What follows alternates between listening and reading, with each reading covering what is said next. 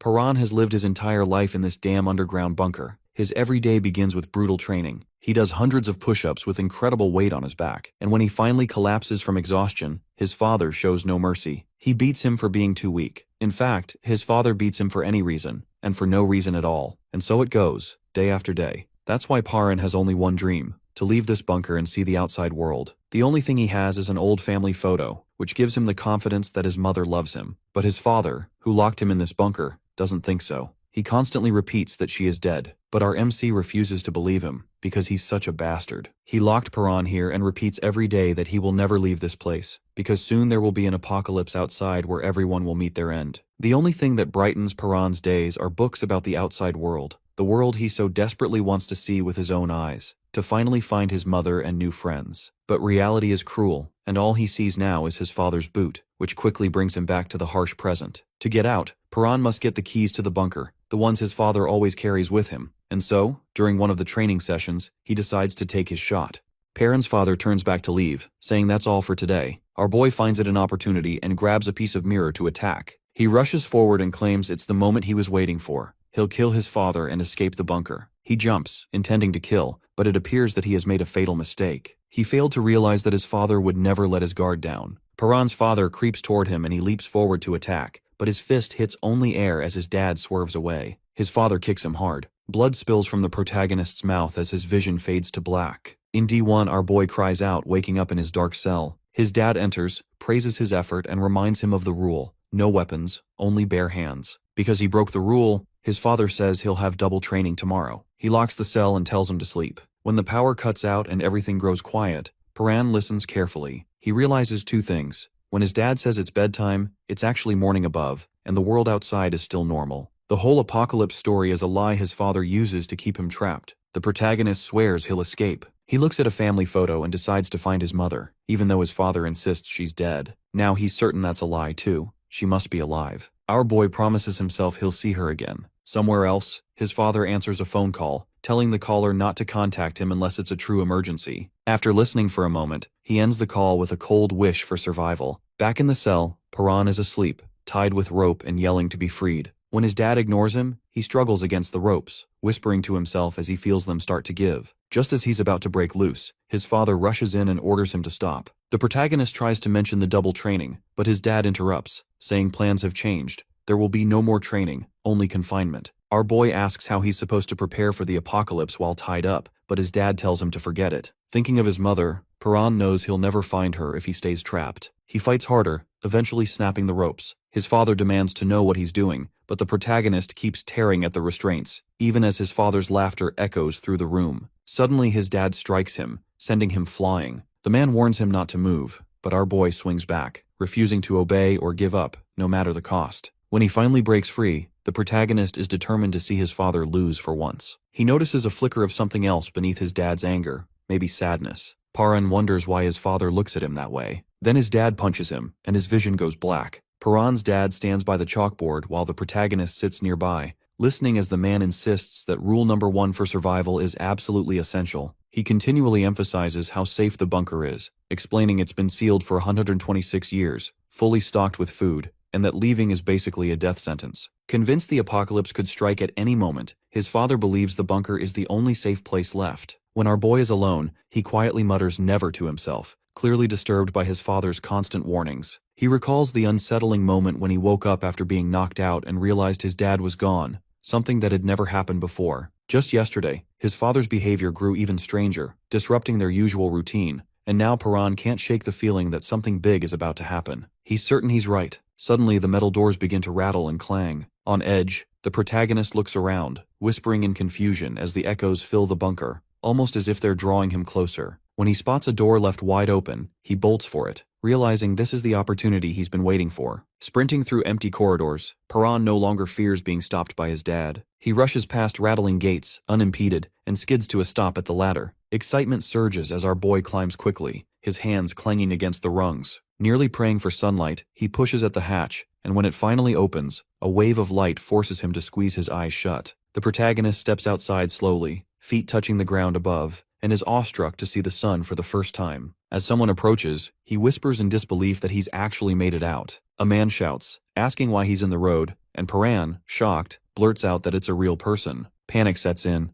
This isn't the time to get caught. If his dad discovers he's gone, he'll come after him. Determined, our boy runs, desperate to get as far from the bunker as possible. Barefoot, he races through the city, exhilarated by the freedom he's only dreamed of. The memory of being trapped in the bunker drives him to move even faster. He wonders how the doors opened so easily. Was it a glitch? No, his father is too careful for that. The thought that maybe his dad let him out on purpose crosses his mind, but he can't believe it. His father would never break his own rule. Never leave the bunker. Laughter nearby catches his attention. He sees strangers gathered, children playing, and people talking as if nothing is wrong. It dawns on him that the outside world is peaceful, entirely unlike his father's warnings. Everything his dad said now feels like a lie. Here, people just live their lives. Looking up at the sky, the protagonist convinces himself the apocalypse can't be real. Just then, laughter turns to unease as his father's warning returns. The apocalypse will come without warning. People begin to look upward, unaware of what's coming. A massive dark sphere appears behind the sun, resembling a burning planet. The crowd stares, confused, as Paran's eyes widen. The object engulfs the sky. Dark swirls ripple across its surface, with sinister tendrils unfurling, almost as if it's alive and growing. The sphere rumbles, panic erupts, and people start pointing as it descends. Some assume it's the moon, others shout questions, but our boy alone sees its true nature. He can see the creatures. Suddenly, golden light bursts forth, revealing a grotesque maw filled with jagged teeth. The protagonist stands frozen as monsters emerge from the darkness, masses of limbs and angry eyes descending toward Earth. The swarm spirals tearing across the sky. Now the vortex looms over the city, and all he can hear is his father's voice. Never leave the bunker. That rule was meant to keep them safe, unless the monsters find the bunker by accident. As tendrils break through the streets, his dad's warning echoes, and Paran remembers the chalkboard. Rule 1-1 is crossed out. The system flashes, remote command, all locks open. Monsters roar and flood the streets as people freeze in terror. The swarm blocks out the sun, with creatures piling atop one another. On the ground, chaos erupts as the crowd flees in panic. Suddenly, silence breaks. Tendrils lash out, grabbing a man whose screams echo as he's dragged away, his glasses shattering, and his body torn apart. His head rolls across the pavement as people panic, shoving and screaming. Amid the chaos, someone desperately asks what the thing is, while another yells for everyone to run. People trample each other trying to escape.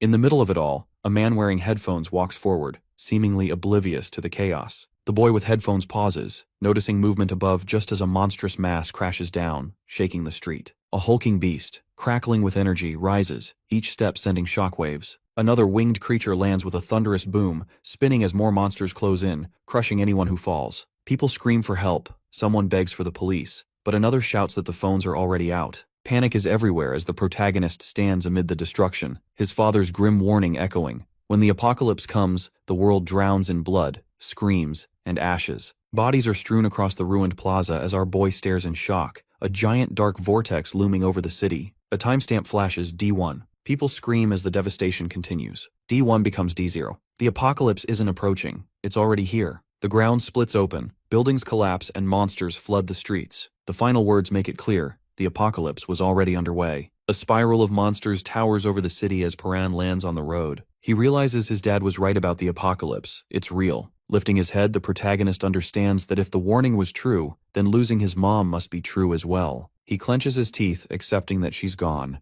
Explosions erupt, footsteps thunder, and crowds scatter in panic. The swarm of monsters charges down the streets, roaring and sending people fleeing. As the creatures approach, someone grabs Paran's arm and pulls him away. His dad drags him through the chaos while monsters tear through the crowd. The man shouts not to stop as survivors dash for safety. One man is pulled down and devoured, but our boy keeps running, rounding a corner with the horde close behind. His father warns of more monsters ahead, pulls him along, and they leap over a barrier. The street is packed with people trying to escape. Cries for help fill the air as tendrils drag people into monsters' mouths. They try to move faster, but the tendrils close in, consuming more as the swarm advances. They reach a bridge, where people trip and scream with monsters crashing behind. The creatures tear through everything, seizing one man and dragging him away while Paran shouts they're about to be caught. His father yells that there's no time. They must run. The bridge is the only escape. The crowd surges forward as monsters flood onto the bridge. The protagonist shouts a warning, but his dad doesn't answer. A monster lunges, wrapping its limbs around our boy's leg. He struggles as the tendrils tighten,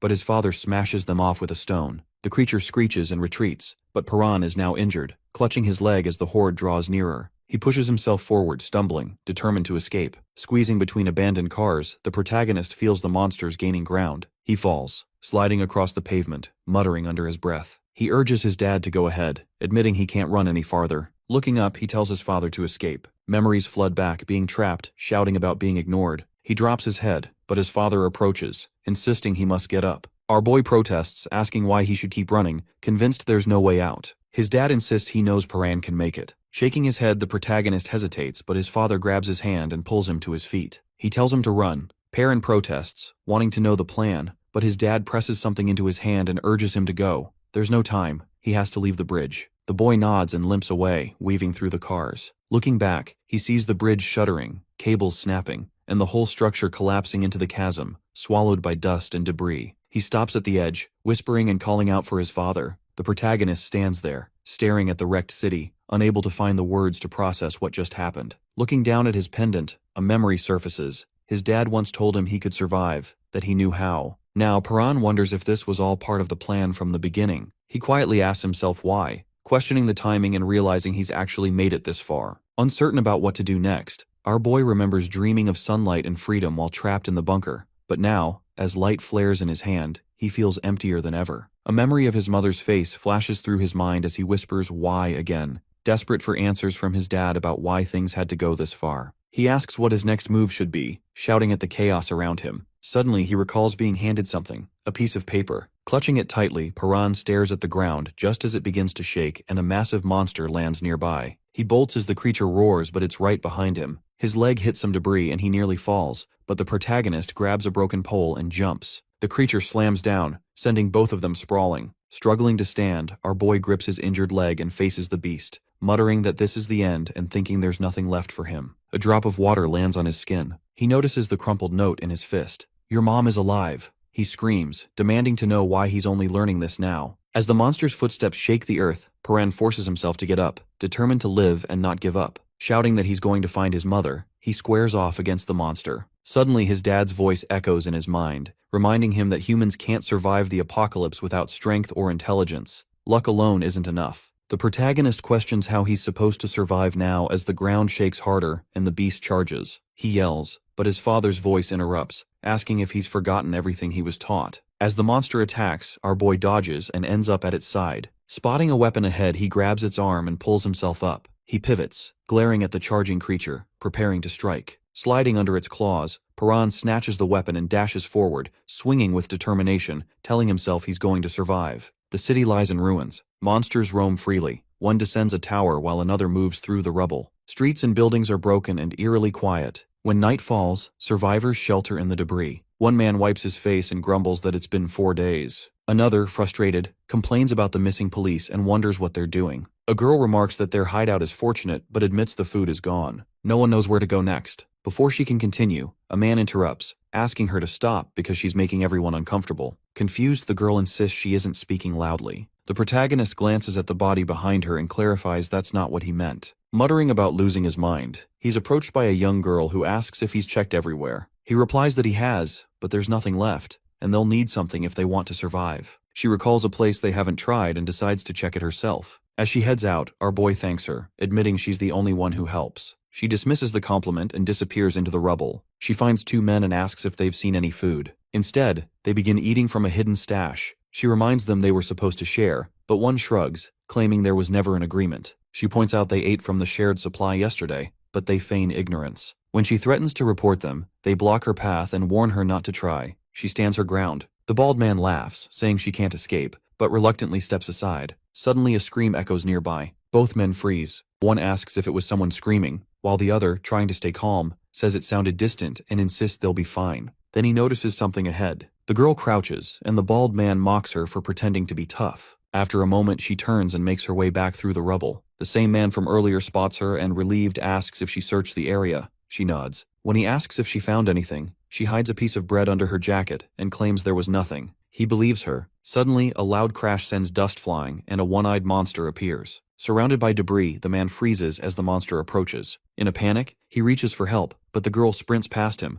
apologizing as his screams are drowned out by the creature. Out on the street, panic spreads as the monster arrives. Someone yells not to look back. Another curses as more creatures emerge, and a red-haired man suggests they'll get away once someone else is caught. The little girl runs straight at the monster, dodging its attacks without hesitation. She twists, rolls across its arms, and lands as dust swirls around her, leaving two nearby men stunned. Without missing a beat, she flips upright and keeps running. The bald man watches her go, realizing she's faster than anyone. All around, chaos erupts as people scream and flee. She navigates the ruined streets, climbs to higher ground, and pauses to catch her breath. Looking back, she sees Paran sitting with his eyes closed. She nudges him, discovering he's alive but unconscious. Suddenly, a creature creeps up, hissing. She presses against the wall, trying to hide as it draws near, growling. The little girl grabs the protagonist to help him up. The monster looms over them, and now it's just the two of them facing the threat. The rubble settles, and a little girl tries to catch her breath. She turns around to find Perrin lying on her lap. He starts shaking, anxious to know who she is and what she's doing. She stammers, while the protagonist silently vows never to drop his guard again. She tries to explain that she only covered him to keep the monsters from seeing him, but her words are drowned out by his father's warnings about people who only use others and toss them aside. Our boy reminds himself not to trust anyone, even as his stomach growls, since he hasn't eaten since leaving the bunker. Weak and barely able to stand, he asks about food. She claims she doesn't have any, but a piece of bread slips out of her pocket, catching his attention. She tries to dismiss it, but Paran calls her a liar and considers taking it. In the end, she tears the bread in half and gives him a piece. He hesitates, unsure why she would share, and she tells him he now owes her 5 times as much food in return. He agrees. After eating, the protagonist gets up to leave, but she chases after him, warning that monsters are still nearby. He stops when he realizes she knows the area well, and she admits she's lived there her whole life. Our boy studies her, weighing whether to trust her, but she insists she knows the place. He asks if she can lead him to the subway station. She sighs, agrees to show him, but regrets giving up her bread. Curious, she asks why he's so determined to reach the subway. Paran explains it's safe, there's food, possible escape routes, and most importantly, it's underground, making it harder for monsters to find people. Soon she stops and tells him they've arrived. He's doubtful, but she assures him it's the entrance. An older man appears, confirming it's the right place and inviting them to follow him. He leads them down hidden stairs into the subway, which is crowded with survivors. The old man recalls the monster's earlier attack, forcing everyone to take refuge, and notes how the protagonist found the place by chance. He explains that people only go above ground for medicine, and these two are the first newcomers in a while. Paran surveys the crowd, worried that more people might mean more trouble, but he senses that everyone here seems trustworthy. He finally relaxes. The old man introduces himself as Baeom Hwang, a doctor, and explains he met them while searching for medicine. He asks for their names, and the girl steps forward, introducing herself as Haru, a student at Gasang Middle School. Baeom recognizes her uniform and mentions his hospital was across the street, but Haru looks puzzled and insists there was never a hospital there. Noticing our boy's rough state, Baeom asks for his name. The protagonist hesitates, thinking of his journal, and admits he doesn't have one. Baeom nods, telling him to share it when he's ready. Suddenly, a red-haired kid rushes in, reporting that someone's condition has worsened, and Baeom hurries over. Although he'd already tried to treat the wound, it has deteriorated, and now requires emergency surgery. Baeom prepares his tools, while Paran recalls stories about dishonest doctors who only help for payment and wonders what Baeom's motives are, as others question if money even matters anymore. Baeom remains composed, insisting that surgery is his job and that he never loses a patient. He begins the operation, reassuring everyone that things will be fine. When the procedure ends, the patient hugs Baeom in gratitude, yet our boy continues to watch, unsure whether to trust him. As Baeom tells the patient to rest, a badge falls out, revealing that Baeom Hwang is actually a veterinarian. He readies his tools and warns that the next part will be painful. When the patient panics and begs to be untied, Baeom refuses, explaining that any movement could be fatal. The patient protests about Baeom's veterinary background, but Baeom insists that humans are animals too, so the treatment applies. The patient keeps struggling, and Baeom suggests anesthesia, but the red-haired girl explains it's impossible to find right now. Baeom pulls out a brick, mutters that it will have to suffice, and knocks the patient out while Haru and the protagonist stand in silence. Perrin holds a photo from his dad and a note suggesting his mom might still be alive. Though he feels hopeless about finding her, the picture catches his attention. The flowers in the background are unfamiliar. He has never seen anything like them. After studying them, the protagonist suspects these flowers might only grow in certain places. If that's the case, the photo could be a clue to his mother's location. He decides he needs the help of someone who knows about plants. Meanwhile, a group gathers in a bunker. A subordinate announces everyone has arrived, and the captain declares that something new is about to begin. He warns that any resistance will be crushed if necessary. When a man demands answers, the captain simply glares at him. He claims he can see into people, their secrets and fears, just by looking into their eyes. Noticing fear in the angry man, the captain singles him out. The man pleads for space, but the captain punches him, saying that fear always surfaces around him. The captain says this is what he likes to see and demands more. He orders the man to show his real self, but the man begs him to stop. A subordinate interrupts to report that an old man, a girl, a boy, and an injured man are missing. The captain decides to deal with it himself, then orders the angry man to be tied up and left outside, ignoring his protests. Exhausted from days of vigilance against monsters, our boy dreams of being dragged deeper and wakes abruptly to find strangers surrounding him, demanding to know who he is. A blonde-haired man gives him 2 minutes to prove himself or be forced out, mocking him and saying that running won't help. As Paran stands, the captain reconsiders his earlier judgment about the protagonist's curiosity. The blonde man asks how he plans to fight them off, but he turns the question back on him.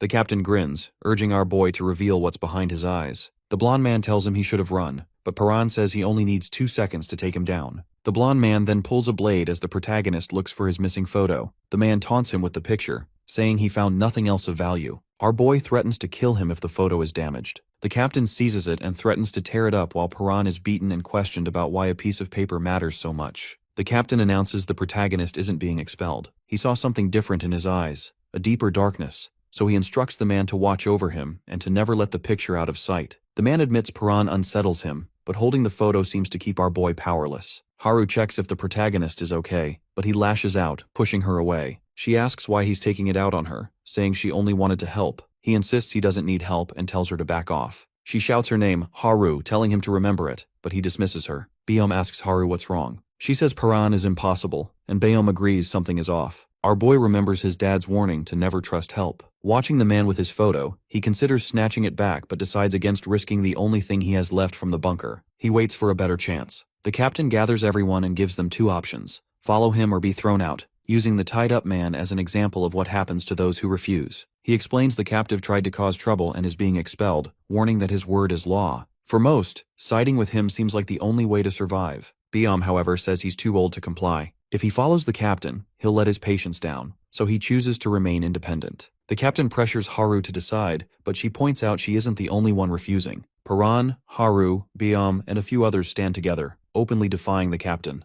A red-haired girl jolts awake, grumpy and shouting about why no one bothered to wake her up. She curses, insisting she never wanted to be here anyway. As panic sets in, she claims everyone is doomed, targeted, and about to be tortured. Meanwhile, a calmer person shrugs off her worries, unconvinced things will get that bad. The red-haired girl glances over uncertainly, wondering if that could be true. The calm one just grins and jokes that maybe they'll starve or be thrown to monsters instead. Her face goes pale. She thinks he's lost it, but sudden loud noises outside interrupt the tension. A girl rushes out, only to be scolded by a man who apologizes to Beom for not keeping an eye on things. Beom drops to one knee and tells the girl to listen to her dad, but she mutters under her breath before stomping off, yelling that he's not her father. She insists her real dad is still out there searching for her with her mom. The man clarifies that he isn't her father, just someone she met while running away. He explains that after she got separated from her parents, he decided to look after her until they could reunite. When another boy steps in, a man lays down the rules. No one is allowed out of the room by order of the captain,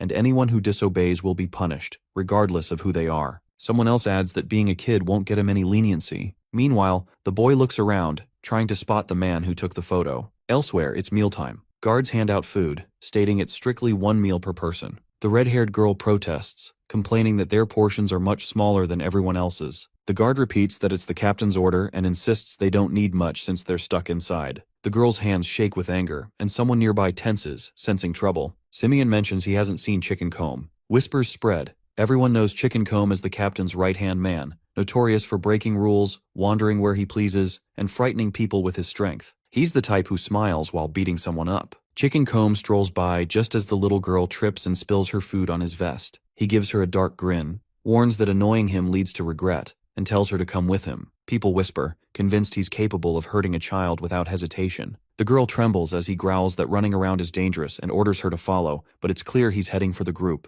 Someone calls out in surprise. Chicken Comb turns to the guard and asks for a favor, give the girl another meal. The guard hesitates, reminding him about the 1 meal rule, but Chicken Comb towers over him and demands the guard's own meal. He hands it to the girl. The guard is confused, suspecting Chicken Comb has something cruel in mind, perhaps planning to force-feed her as punishment. Suddenly, the man looking after the girl bursts in, grabs her hand and demands everyone back off. He insists on knowing what's happening. Chicken Comb seems puzzled, asking what he did wrong, but the man just calls them all thugs and leaves with the girl. Chicken Comb pauses, then grins as they walk away. Two girls notice there are more guards around now, and the boy mutters under his breath, debating whether to confront the blonde man himself. The blonde girl turns away in silence. Later, the girls sit quietly together. One shifts, noticing the boy alone in the dark. She approaches, but he grabs her wrist, eyes fierce, and accuses her of trying to set him up. She protests, saying she only wanted to talk. He repeats her words, suspicious, and asks if he just hates talking. She wants to know why he cares. He tells her to get to the point. She asks why he always sits alone, wondering if he's just shy. He snaps that all humans are his enemies, so there's no point in getting close to anyone. She insists she meant no harm, but he remains unconvinced. She sighs, telling him to think what he wants, but urges him to make up with Haru. He says he and Haru never fought and labels her just like everyone else, still human. The girl explains that Haru cries herself to sleep every night and seems burdened by something. She thinks a friend her age might help, but the boy dismisses it as pathetic. He argues that sadness is weakness, and survival should be the priority. She hesitates, then asks if he's ever lost someone he loved. He says no, claiming it will never happen. He has no one to lose and nothing to be sad about. She suggests that sounds lonely, but he insists he's fine. She tells him that if he ever dies, she will feel sad for him. He rolls his eyes, calling it ridiculous, and promises he won't be sad if she dies. She laughs, coughs, apologizes for talking too long, wishes him good night, and leaves. Nearby, the red-haired girl wakes up again, groaning about never being able to get any sleep. Perrin heads into this underground shelter, and there's this blonde guy who steals his picture. It's basically the only thing that could help him find his mom. Suddenly, gunshots ring out, and the thief starts messing with our boy, saying it's punishment for trying to escape. But Perrin just stares back, totally unafraid, telling him to drop the photo and just fight instead. The blonde one starts shaking, realizing the only thing our protagonist cares about is that picture, not even his own safety. He rants about how Perrin probably needs another beating, clutching the photo like it's gold. Our boy thinks about his dad's old line that people are all born bad, but he also remembers little moments of kindness he's seen.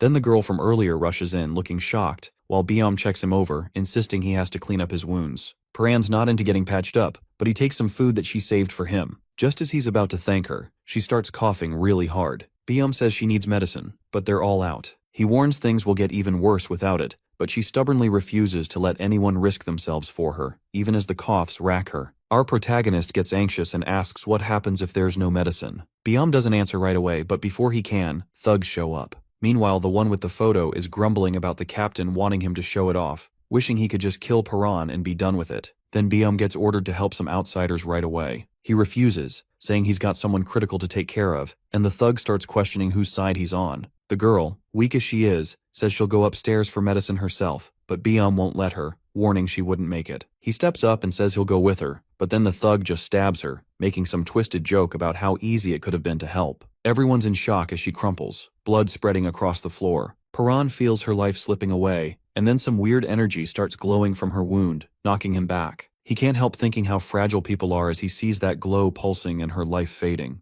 Her hands shake as she reaches for him, and she manages to whisper, reminding him of the time he said he wouldn't care if she died. Then her hand just drops, completely still. The thug wipes his knife clean while Biam yells at him, calling him a monster for killing without blinking. The killer just shrugs it off, claiming he saved Biam by keeping him from being forced above ground. He adds that they can't lose a doctor just because of one dying woman. Perrin just stands there as the thug taunts him, asking if he's scared now. Our boy stays quiet but looks up. The thug waves his bloody knife, and that's when he notices he doesn't have the photo anymore. Perrin spots it on the ground, must have dropped it when he pulled his blade. Dropping to his knees, the kid stares at the picture while the thug keeps poking at him, wanting to know what it means. Perrin steps closer, and the thug smirks, asking if he's finally going to fight. Then, out of nowhere, our protagonist lunges and hits him straight on, catching the soldier completely off guard. The thug tries to act tough, asking if Perrin is going to beat him up. Before he can even react, he's hit with a sudden punch, and the knife flies across the room. Our boy moves quickly, dashing forward and knocking him to the ground. The thug struggles to get up,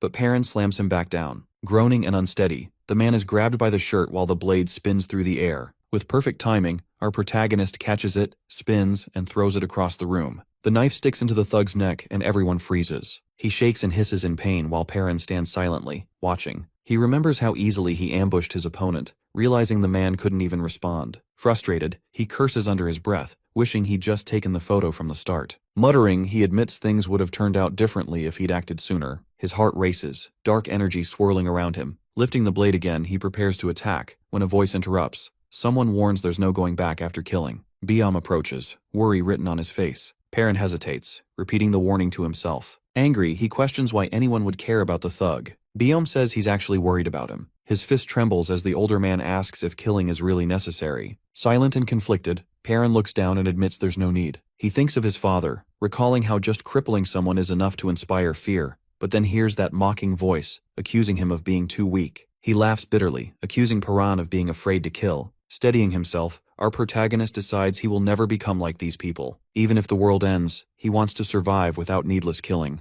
He drops the knife, and Biom's face lights up with relief. Turning away, Perrin insists it's not because of Biom, but because he refuses to sink to that level. He admits there's no real reason to kill, thinking of his missing mother. Whether she's alive or not, he realizes she wouldn't have wanted this. He steels himself and steps back. Sensing an opportunity, the thug charges, thinking he has a chance now that the blade is gone. Perrin reacts instantly, spinning and striking with a quick series of blows, knocking him down. As he stands over the beaten man, another survivor picks up the photo. Perrin sharply asks what he's doing. The man mutters that it must be important, then awkwardly wipes it off and tells him to keep it safe. More people gather around a covered body. Biom notices Haru and the little girl are missing. The babysitter recalls they went to the bathroom and says it's lucky they didn't see the chaos. One survivor points out that Perrin held back when he could have finished the fight, but our boy shrugs and says something of his was taken hostage. The man scoffs, calling it scrap paper, but Perrin's glare hardens as he insists it matters. The room falls silent as he raises a question. Holding up the photo, he explains he wants to know where the flower in the picture grows. People look at it but admit they've never seen it before. The red-haired girl asks if he knows where the photo was taken, and he says that's why he's asking.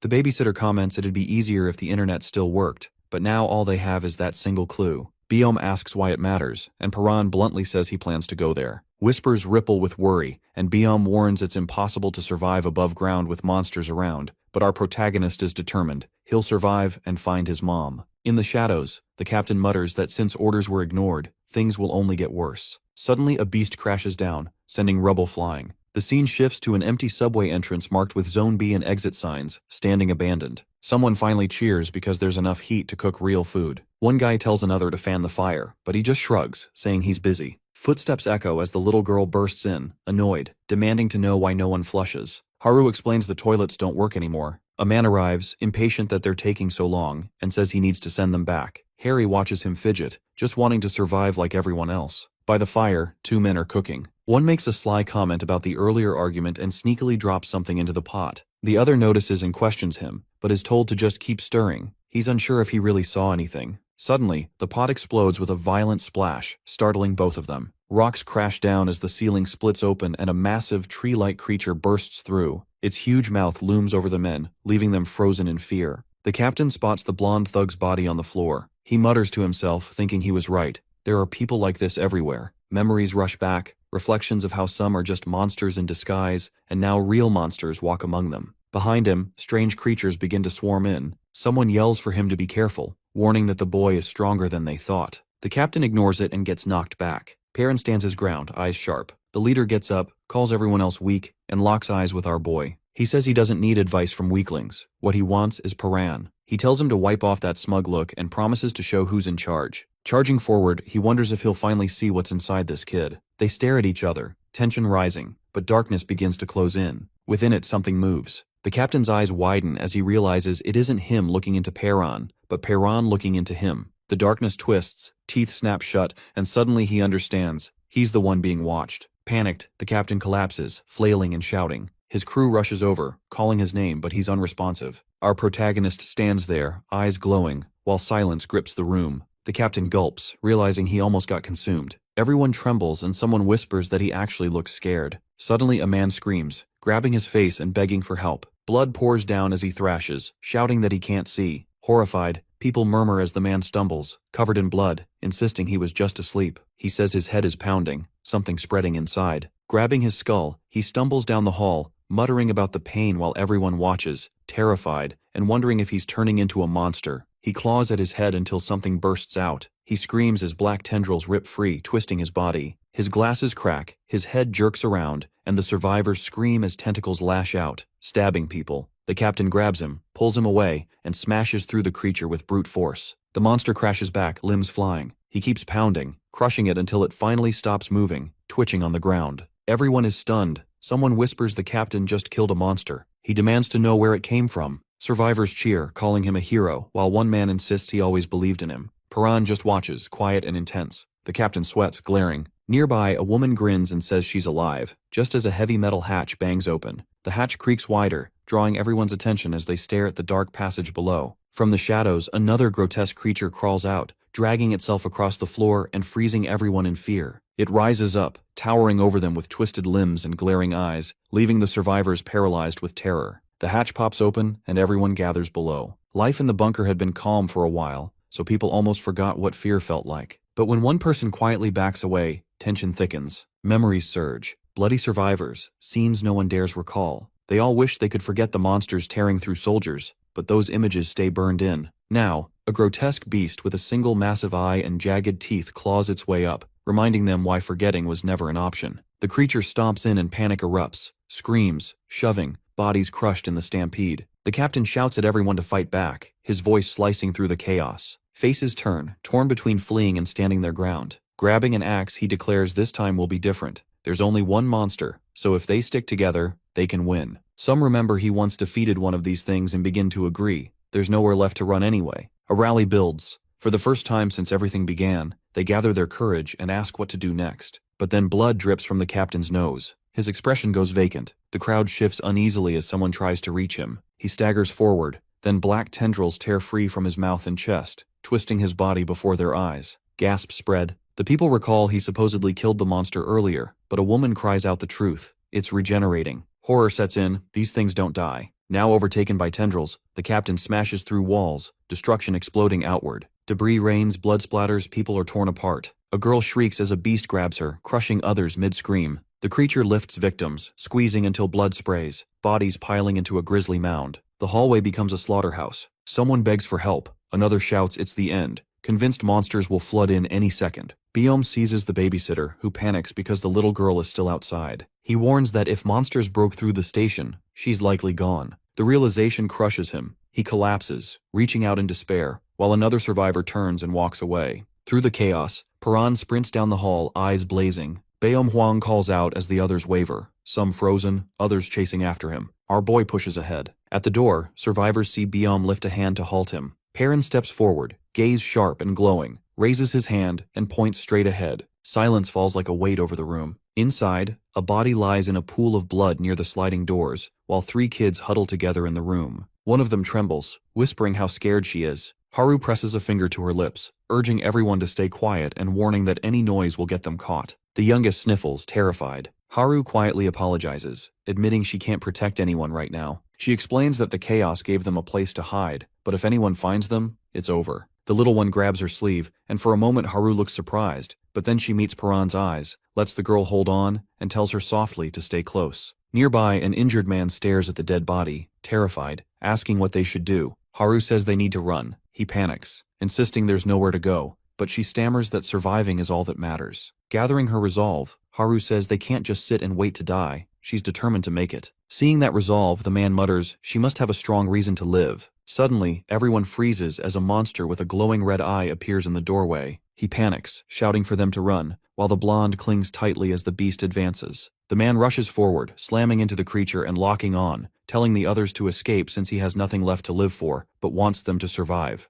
Haru seizes the little girl and runs, her shout echoing back while the man keeps fighting, urging them not to forget his sacrifice. Out of nowhere, flames erupt as more survivors rush in, stabbing and smashing another monster. The blonde stops in shock as a woman drives her knife again and again into the creature, but it starts knitting itself back together. Someone screams it's regenerating. The woman curses and retreats, convinced they can't win, while Paran steps forward, silent. Others panic, demanding to know what he's doing, warning that fighting only gets people killed. Despite them, our boy charges in. The woman realizes he actually intends to fight, thinking he must have a death wish since even the captain couldn't beat one. The monster screeches and lunges, but Paran ducks low, seizes it, and yanks hard. Bones crack. He flips forward, leaps high, and lands crouched. Everyone stares in disbelief as he tears through the monster's tendrils with his bare hands. The beast thrashes, but our protagonist stays calm, ripping it apart piece by piece. Biom and the woman watch, stunned. She mutters it doesn't matter, since even the captain killed one before, but more horrors crawl from the shadows, roaring. Still, Paran stands firm, unfazed, locking eyes with them. As they charge, he bolts forward and smashes a giant one in the mouth with devastating force. Another lunges, but he springs up, slams down, grabs it, and rips it apart. Tendrils snap and scatter under his blows. Biome and the woman are sure he's finished, but Paran emerges untouched, surrounded by writhing limbs. Biome mutters in awe that the boy is still alive, and the woman can't even speak. Despite the monsters regenerating again and again, everyone watches as our boy holds his ground. He takes a deep breath, his father's words echoing.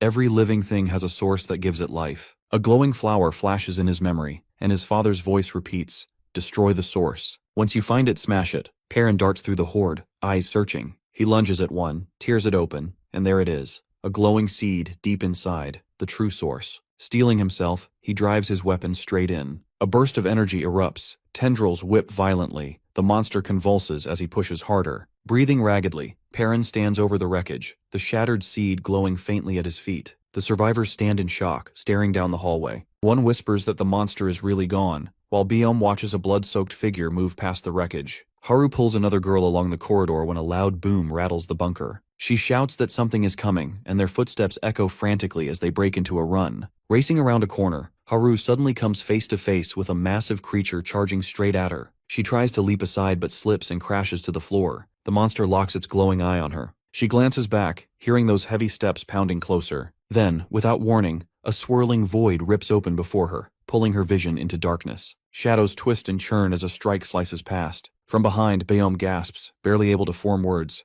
Haru stumbles back into the group, alive, untouched. Relief floods the room, but she stands there shaking, mumbling in shock. Then someone yells about the missing little girl. Haru jumps, blurting out too much, and in doing so accidentally reveals where Paran is. The group collapses into tears, the babysitter sobbing, desperate to know if the child is safe. At that moment, a pair of tiny shoes appears in the doorway. Everyone freezes. The little girl steps forward, her dress bloodied and torn, and behind her rises a hideous creature with a glowing red eye. Panic sweeps the room. Someone charges forward, screaming, while the child trembles under the monster's shadow. Before it can strike, Chickencomb suddenly appears. He slides Perrin aside, squares up to the beast, and warns it to back off or he'll go for its eyes. The creature halts, then slowly retreats as the enforcer orders it to stay put. He isn't sure if it left from fear, so he strains his ears, listening for movement. Biome explains they're only safe because of what's happening outside. Out there, our boy slams a monster into the ground, muttering that's two down, but more are already closing in. Another lunges, swinging hard, and he braces. 3 more circle around. Perrin thinks if there weren't so many, he could clear the area and make it safe, but now survival is all he can aim for. With nowhere to hide, he knows a single mistake could end him, and worse, more creatures might appear at any second. Exhausted, our protagonist considers breaking away to find another shelter, but the thought hits him. If he leaves, everyone inside will die. He wonders why that should matter, but then remembers the girl who was stabbed, and her final words. Distracted, he drops his guard. A monster slashes across him, blood spraying as he crumples. Clutching his wound, he lifts his gaze as a shadow looms over him. Chickencomb is there. The fighter tells him the others have explained everything, and that he knows Paran can kill these creatures. He asks how he can help. The babysitter snatches up his shield, ready to dive in, while the little girl watches in silence. Perrin mutters under his breath, still not sure why these people insist on helping him. Chickencomb just shrugs, as if it's obvious. They all want to survive. The babysitter adds that if our boy goes down, none of them stand a chance, so backing him up is the only option. He extends his hand. Paran hesitates, then nods, telling them to create a distraction. He figures betrayal isn't likely when survival is the only thing keeping them together. A monster charges, and both Chickencomb and the babysitter move in to block, giving our protagonist a narrow opening despite his injuries. Chickencomb jeers at the beast, just the distraction Paran needs. He darts forward, strikes his first target, and cracks open the monster's glowing core, which pulses with wild energy. The creature fires beams of light, forcing him to weave and duck, but he doesn't give ground. Pushing through the onslaught, he grabs hold and spins it until the core is completely exposed. He shouts he's finally found the weak spot. Lunging in, he misses. Just as the monster begins charging a devastating blast, the beam fires, but the babysitter throws up his shield, straining to hold it back. That moment is enough. Paran regains his focus, drives his strike into the core, and smashes it apart. The beast collapses. Biome admits he'd only slow everyone down, and the red-haired girl agrees, especially with corpses twitching around them. Someone yells at a nearby monster, shouting that the captain is dead. The babysitter glances back to check on Paran, but he simply points to the shattered core at his feet. Chickencomb demands a lesson, so our boy explains, every monster has a weak spot. You just have to find it. Another survivor mutters that only he can actually see them, so the rest should stick to distracting. Chickencomb refuses to stand aside and hurls himself back into the fray, while Paran admits it's far easier to fight with backup. The bruiser gets slammed hard as Paran carves through another creature. Then he stops cold, sensing one more presence. Across the room, a survivor is ensnared, tendrils pinning her to the ground, just as Haru and the others arrive and see her struggling. The monster crackles and twists, its form warping into something even worse. On the ground, a bloody hand twitches before falling still as the transformation completes. Nearby, a corpse jerks, and a shadowy figure with mangled limbs crawls free, looming over Haru and another survivor. She pulls herself together as its jaws snap inches from her face, barely missing. The creature lunges again, only to be cut down as Perrin steps in, striking it dead at the last moment. Haru stares in awe as our boy lands heavily, bleeding and exhausted, but still gripping the monster's glowing core, eyes fixed on its light. Biom rushes to him, insisting he needs treatment right away, and others scramble to help. Later, Perrin wakes bandaged, Haru sitting close by, Biom exhaling in relief. Without hesitation, our protagonist tears off the wrappings. His wounds are gone, fully healed. Biom grabs his arm, stunned. Perrin asks if the other fighter made it, and a familiar voice answers, alive. Chickencomb grins, bragging about his toughness. He shrugs, saying he helped because he wanted to, even if someone mutters he looks like one of the bad guys. The enforcer only laughs, insisting he doesn't take orders from anyone. Haru yawns as another voice comments how shady he looks, but Chickencomb just smirks, saying appearances don't matter, it's his style. Perrin turns to Haru, asking why she's still around when she isn't even hurt. She snaps back, demanding what he'll do about it, then admits she was worried. Biom interrupts, reminding Perrin that Haru stayed to help with his wounds. She yells she only did it because Biom needed her. Then Chickencomb cuts in, saying he remembers her from before, and surprisingly praises her speed during the fight. He describes how she dodged monsters like it was nothing, moving like the wind.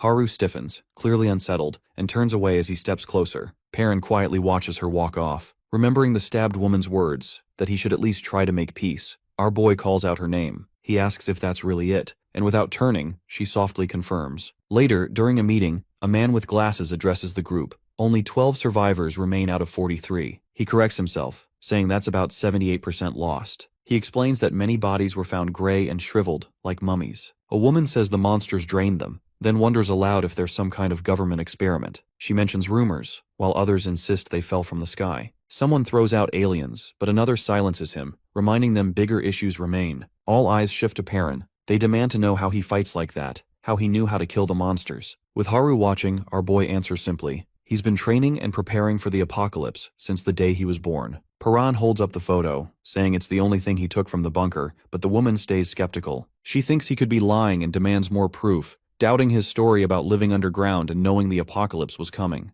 To her, one photo isn't enough. Still, she admits he's a skilled fighter, and the others start leaning toward believing in his strength. Suddenly, a survivor lunges at him, but our boy dodges effortlessly. The attacker panics, apologizes, and quickly claims he now believes the bunker story. Biom steps in, saying he's convinced too, especially after treating all of Perrin's scars. Thinking back on everything the kid has endured, Biom points out that no one their age could have survived so much. That makes Haru curious, so she asks about the scars. Perrin explains he earned them every time he tried to escape the bunker, calling them proof he never gave up. He says he doesn't see them as painful memories. Another man asks why he didn't warn people about the apocalypse. Our protagonist recalls something his dad once said, admitting he believed his father never planned to warn anyone. He confesses he doesn't exactly trust people, but adds the group has helped him, and now he's starting to question whether all humans are as bad as his father claimed. A survivor tells him he's important because he's the only one who knows how to kill the monsters. Chickencomb suggests that finding his mom might help them understand the creatures. Another warns they've only survived thanks to luck and the blocked entrance hiding them, saying the collapsed path is their only shield. If monsters break through, they're finished. The only way out is squeezing through a single gap in the debris. Despite the warnings, they head to storage but find it buried under rubble. Panic spreads, since that was their food supply. A cold voice cuts in, saying it's no longer food storage. Biom says they need a team to search for food and asks for volunteers. Chickencomb immediately raises his hand, saying he needs fresh air, but someone points out he's still injured. He insists he can go, but Biom refuses, saying he has to recover. Others add that going above is suicide. Even a cloaked figure agrees. Biom looks troubled. There's only enough food for a week. Perrin steps forward, calm and firm, saying he'll go. Biom is grateful, but our boy says he wanted to anyway. He hopes to find other survivors, someone who recognizes the photo, or maybe even a safer base. 2 more survivors volunteer, including a girl about his age. She admits Perrin risked his life for everyone, while she would have just run away. When someone calls for Haru, she doesn't respond, clearly rattled. Perrin notices her hesitation and asks what's wrong. The room grows awkward, people instead wondering aloud if he really plans to go outside without a shirt. A woman hands him one she sewed while he slept. He asks about it, and she explains she used to be a designer with lines of people waiting for her clothes, back when society still existed. Paran remembers reading about people wearing different styles and how he used to ask his father why he always gave him the same outfit. He always wanted something new. His father would laugh and say he wore the same thing too. Our protagonist admits his dream was to try new clothes above ground. He thanks her sincerely. Just then, Haru finally speaks, saying she wants to ask him something as he slides on his pants. He looks up and asks what it is. Haru stands frozen in front of Paran while the other survivors whisper among themselves, hardly believing what they're seeing. Flustered, she suddenly yells at him, calls him a pervert, and swings. Our boy dodges, baffled, and tries to ask why she's attacking, but Haru slips mid-swing and crashes to the ground. She refuses to get up, just lying there. Paran, still clueless, approaches until someone in the group mutters something about a scar, making her lower her head. He tells her to stand, but Haru snaps back, demanding he put on clothes first. He sighs, agrees, gets dressed, and then wonders aloud how the monsters even appeared. The survivors speculate that the fire may have drawn them in, noticing traces of cooking. The red-haired girl excitedly snatches a lighter, but Paran quickly warns that fire attracts monsters. She freezes, panic spreading as the group realizes what that means. Haru stares at the lighter until the girl nervously hands it over and she grips it tight, backing away. A boy suddenly recognizes Haru, calling her the track star from Gasong Middle School, saying he spotted her scar right away. He claims it looks cool, though Haru privately feels otherwise. To her, the scar is nothing but proof of fear and cowardice, never something to admire. Her mind drifts back to classmates laughing, to how she always felt weak. Flashback. Her first day at middle school, nervous, clutching her bag, while her parents wish her luck and urge her to study hard. Her brother cheers, her new classmates whisper curiously, and her parents watch with worry. Her father quietly wonders if she'll be okay, remembering how cheerful she used to be. Her mother mentions how anxious she's been since the incident, how much she struggles every day. Memory sharpens. Young Haru, cornered by a shadowy man who grabs her and raises a knife as her parents scream. She bites him, breaks free, but collapses. Trembling, she stares up as blood sprays when the blade slashes her. Her father rushes in, her mother cries out, her vision fades. She wakes in a hospital bed screaming, her parents clutching her, assuring her she's safe and that the man was arrested. But even as they hug her, she keeps shaking, staring at her bandaged scar, still terrified. At school, Haru sits quietly while classmates chat about scary experiences. She gazes out the window and sees shadows, hallucinations of the man. A girl asks what frightens her most. Another repeats the question. Haru hesitates, unable to answer. Later, she admits she fears dying. The room falls silent until the girl clarifies she meant horror movies. Track practice. The coach calls her up. Since the scar, she never stops feeling hunted, always sensing someone right behind her. At the signal, she runs, each step haunted by memory, fear driving her legs. She stumbles but pushes on. She sees herself as a coward, but then the coach calls out. She's broken another record. Teammates cheer. The coach praises her, saying she could be a star, amazed she's been breaking records after only 2 years. Reporters gather to meet the girl with the scar. Nervous, Haru greets them. They ask for a photo, encourage her. One even calls himself a fan and puts a hand on her shoulder. She flinches. He pulls back, scoffing, calling her weird, insisting he meant no harm. The coach tries to defend her, but the man mutters, she's just jumpy, a nervous wreck. Haru says nothing. Dinner that night. Her father scrolls on his phone, earning a scolding from her mother. He laughs, apologizes, and asks about the reporter.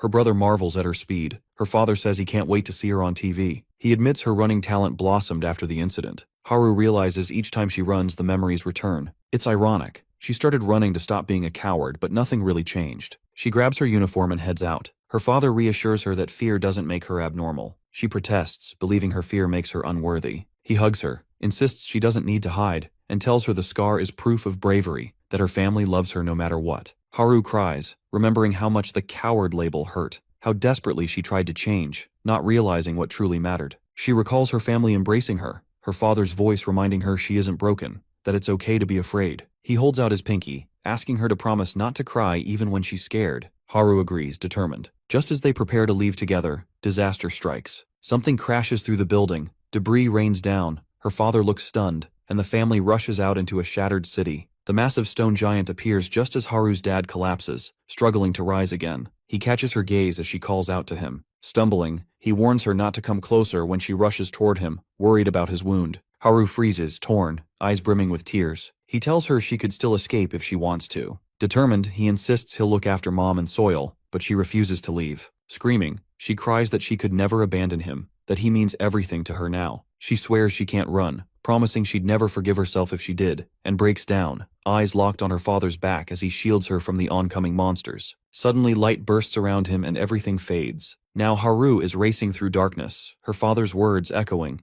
"It's okay to be scared. Nothing's wrong with you for feeling that way." Still, she refuses to accept it. She pushes herself harder, remembering his kindness but admitting she always kept running away. Clenching her fists, she promises herself she's done running. Standing before Paran, she declares she's coming too, that she'll never run away again. Monsters prowl the rooftops as survivors edge into the city. The group sneaks past a lurking beast. It roars, but they duck behind cover and slip away. One survivor exhales in relief, another cracks a nervous joke, and our boy assures them it's safe. Haru hears someone ask about the map. Paran holds up a piece of paper, and she watches him explain they need to make one. When she repeats his words, his tone hardens. A map is as vital as food. Haru offers to help since she knows the area, but falters, realizing the city is unrecognizable now. They gather supplies, but far less than expected. Perrin points out most of the food has spoiled. A bespectacled survivor suggests eating the perishables first. Haru hesitates, saying they should wait until they're back at base, but the other insists the food will rot soon, and they risked their lives getting it. Better to eat now. Another argues that people are waiting back at base, but our protagonist tries a piece and says it's good. He remarks that bunker meals were just bland nutrients, and this tastes incredible by comparison. Haru teases him for not even knowing what bread was before, and he scowls. He hands her some food, reminding her of their earlier deal, saying now they're even. Paran warns everyone they must stay hidden or risk being forced to fight. He can handle monsters, but noise will draw a horde. Silence is survival. Suddenly, he halts as a creature drops down between the towers above. His voice sharpens. They must not let the monsters discover them. Paran warns everyone not to let the monsters catch on. Haru and the others freeze. He tells them that if they're discovered, their only chance is to split up and run. Gripping Haru's shoulder, our boy reassures her that the creature hasn't noticed them yet. Someone whispers a question, but before they get an answer, Paran hurls a can, and the metallic clang echoes. The monster reacts instantly, proving it's drawn by sound. He calms the group, signals for silence, and explains that fighting recklessly will only attract more of them. They need to end the threat in a single blow. His mind flashes back to the basement. Someone had handed him a weapon there, admitting he'd never go above ground himself but wanted to help. The weapon had been designed specifically for Paran's fighting style, crafted to pierce the monster's weak points. Our protagonist grips it now and charges forward, driving the weapon deep into the creature's core. As he looks down at the weapon, his dad's voice echoes, "Don't rely on weapons. Surviving up here means fighting with your bare hands." His father had always insisted humans shouldn't use tools in battle, promising it would make sense someday. Perrin doubts that. How could anyone face monsters like this barehanded? He realizes his dad never once mentioned monsters in the bunker, maybe because he thought his son wouldn't believe him. Paran admits he never believed in the apocalypse until now. Memories return, endless drills in the bunker, training for monster attacks. If his father never wanted him to leave, why prepare him so rigorously? Maybe he hadn't intended to trap him forever. He recalls one truth. His dad never lied, except about Mom's death. Could all that training have been for a day like this? His thoughts rewind to when it all began. The apocalypse's first day. He remembers the locks undone, his dad opening every door. If he hadn't escaped then, the monsters would have ripped him apart. Now he wonders, why had the monsters targeted their bunker, and how had his dad known what was coming? Nearby, the bespectacled survivor kneels by the fallen monster, which curls into a ball after being struck in its core. He mutters that they couldn't break it, then tosses it to a girl, who flings it aside. Paran watches as it arcs through the air and lands near him. He picks it up, noticing strange shifting patterns across its surface. The sphere hums in his hand. Glasses guy asks what's happening, but our boy doesn't reply. He squeezes and cracks spread, fragments breaking away. His eyes flick to Haru, awake now, thinking of the time she ran off alone. She silently promises herself never to do that again,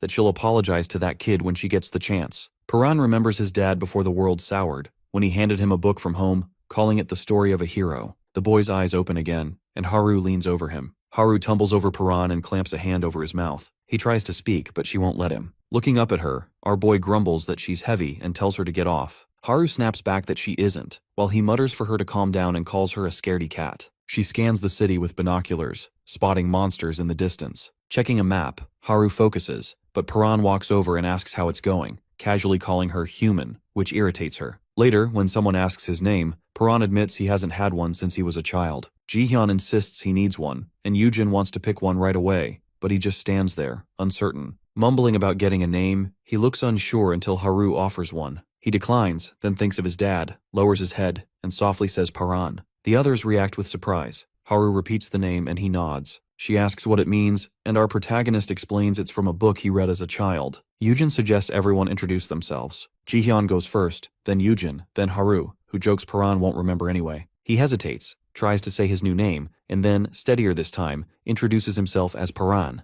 The group echoes his name, and he repeats it again as memories swell. He sees the underground bunker and recalls dreaming of reaching the surface, meeting people, telling them his name. He always wanted to know others' names, to talk with them. In that moment, Haru, Jihyun, and Yujin smile at him. Jihyun offers a hand, asking to be friends. Paran pulls back. Blood, screams, and the apocalypse flash in his head. He withdraws, stating coldly they aren't friends. Yujin and Haru are shocked. He thinks if the world hadn't ended, maybe he could have been their friend. But now his only goal is finding his mother. He turns to leave, when a scream cuts through the air. Paran and Jihyun spot a man below, trapped by a monster. Our boy prepares to move, but Yujin insists they help. Haru and Jihyun share a glance while Paran refuses, warning that any noise will draw more. Yujin argues they can save him and still escape. Paran reminds her of their agreement. She promised to follow his orders above ground. He repeats his warning, but when the man screams again, Yujin ignores him, grabs a weapon, and drives it into the beast. She stabs it again, shoving it off. The man thanks her, and Yujin tells him to stick with the group if he wants to live. Still trembling, he warns them as another monster appears. Paran leaps in and cuts it down quickly. He turns to Yujin,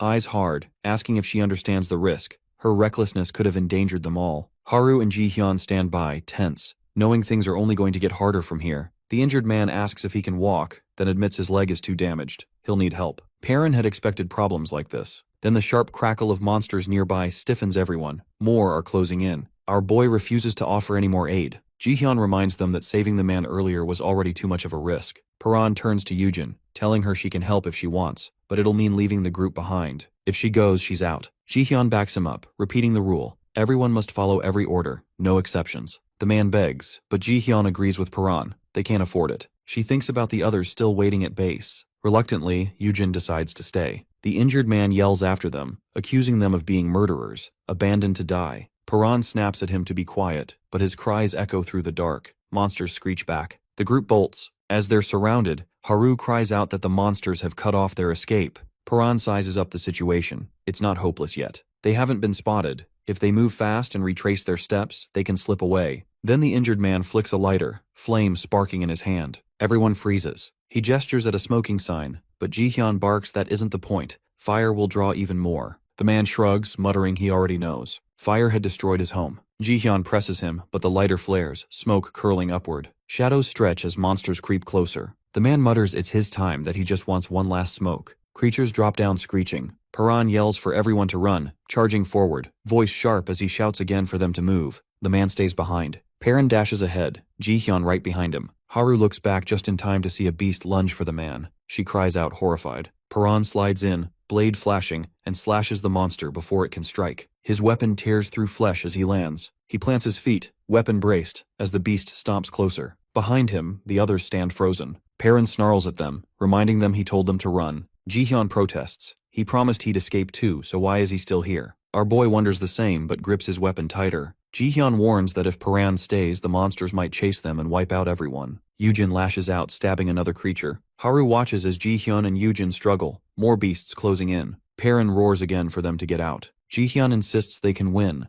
There are fewer now, and if they fight together, they can make it back. But then the air splits. A massive, twisted red monster lumbers in, fiery cores blazing, grotesque limbs writhing. Paran squares up as the air shudders around it. Jihyun freezes when the other monsters bow low to their new master. Our protagonist shouts at him to run, but Jihyun stands paralyzed. In a single motion, the monster seizes him and rips his heart free. His body collapses, blood soaking through his vest. Jihyun lies sprawled in a spreading pool of blood. Haru collapses to her knees, screaming his name. Yujin panics, crying out while Paran grips his weapon, forcing himself into motion. He lunges at the hulking beast, but the weapon snaps on impact. With a brutal swipe, the monster hurls our boy across the ground, ribs cracking. Gasping, Paran forces himself upright just in time to see the creature crush Jihyun's heart in its hand before discarding the body. As it mutates, swelling larger and more grotesque, it advances. He shouts at Haru to run, yelling for everyone to move, but she shakes her head, refusing. Running now would just mean losing someone else she loves. She won't back down. The beast seizes Yujin, and Haru grips her weapon, trembling but resolute.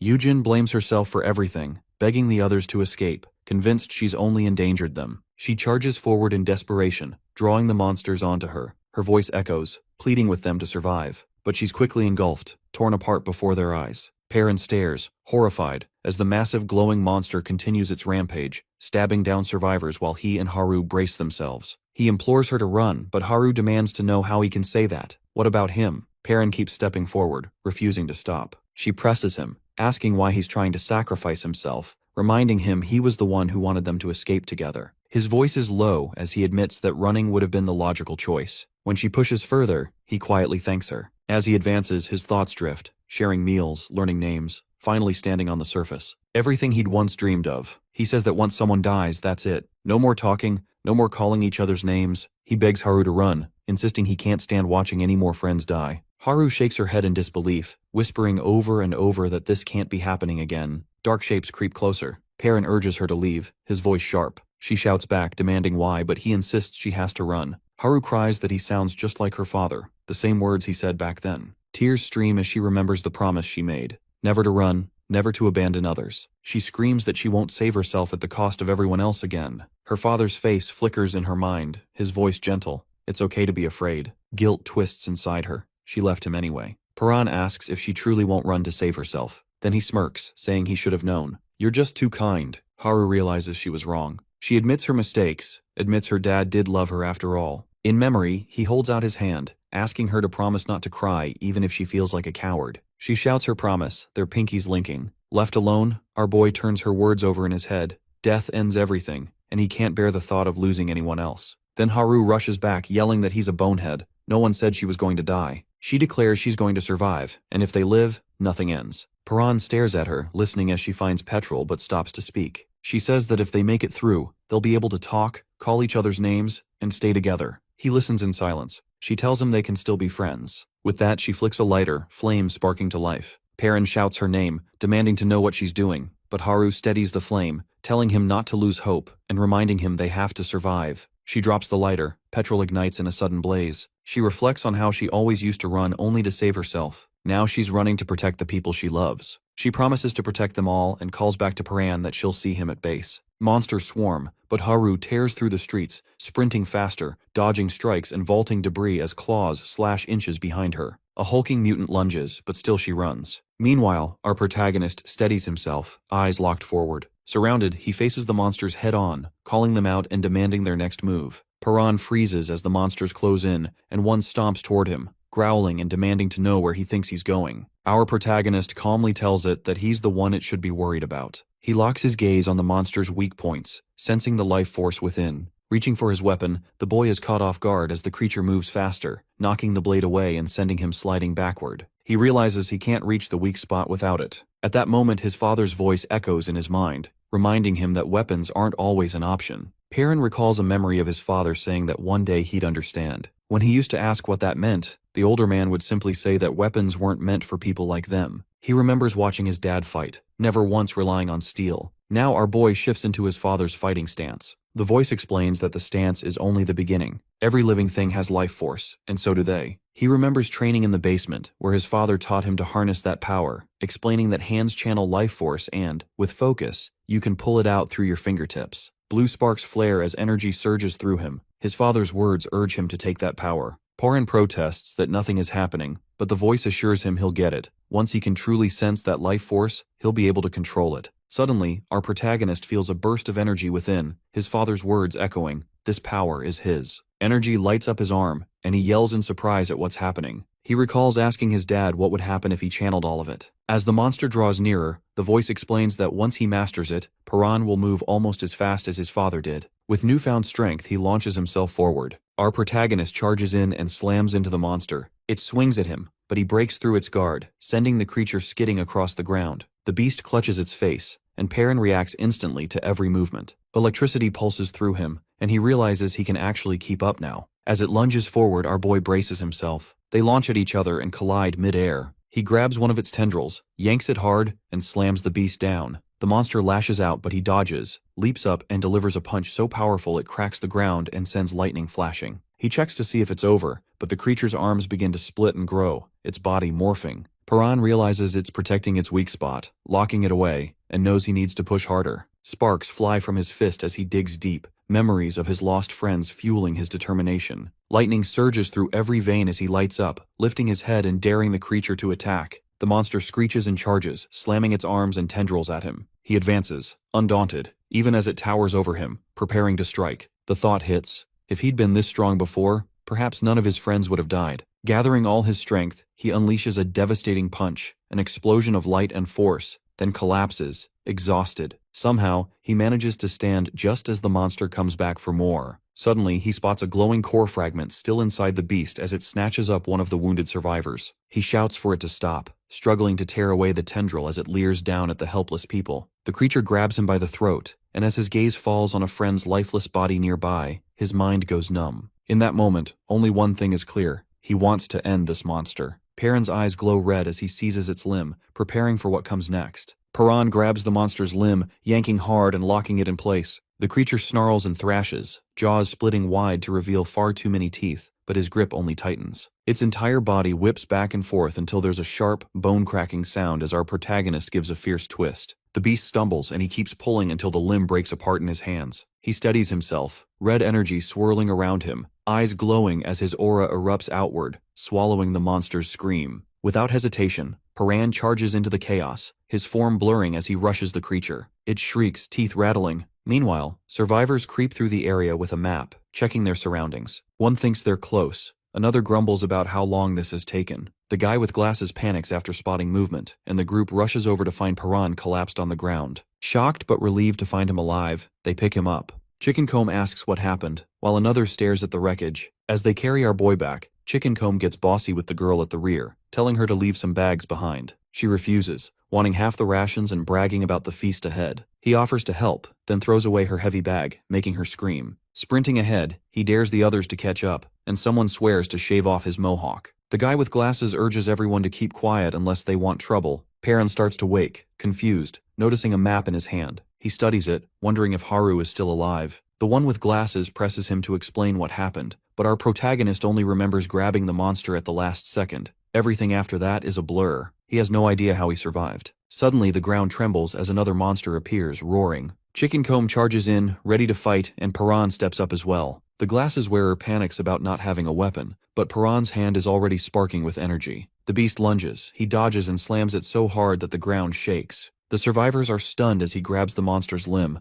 lightning crackling through him, and shatters the glowing core to pieces. When the dust settles, Chickencomb grabs him, peppering him with questions. At the shelter, a few older men work with radios, frustrated by the lack of response. Bayom tells them to wait, hoping something might come from the government. They're worried because the supply team hasn't returned yet. Haru sits in silence, sleepless, waiting for Perrin. When Bayom spots movement outside, everyone starts whispering as the supply group finally returns. Haru's eyes widen when she sees him being carried in. A survivor reassures her as Perrin stumbles to his feet, and she rushes forward, hugging him in relief. She admits she ran away, but he still survived, and she breaks down in tears as the others watch. The supply run brought back 7 days' worth of food and some medicine, but the cost was high. They lost 2 people. When Perrin wakes, Haru greets him. He says he dreamed that someone hugged him, but she brushes it off as just a dream. He notices her wounded legs, but she jokes that he looks even worse. He replies that he heals quickly, and she calls him a monster before quickly apologizing. Haru says they're opposites. She's always run while he's always fought. She admits she's always hidden her cowardice, but now she accepts it. She's a coward, but she's choosing to fight and wants to change. A little girl appears. Haru is shocked and apologizes for leaving her before, wishing she'd spoken up sooner. The girl holds out a hairpin,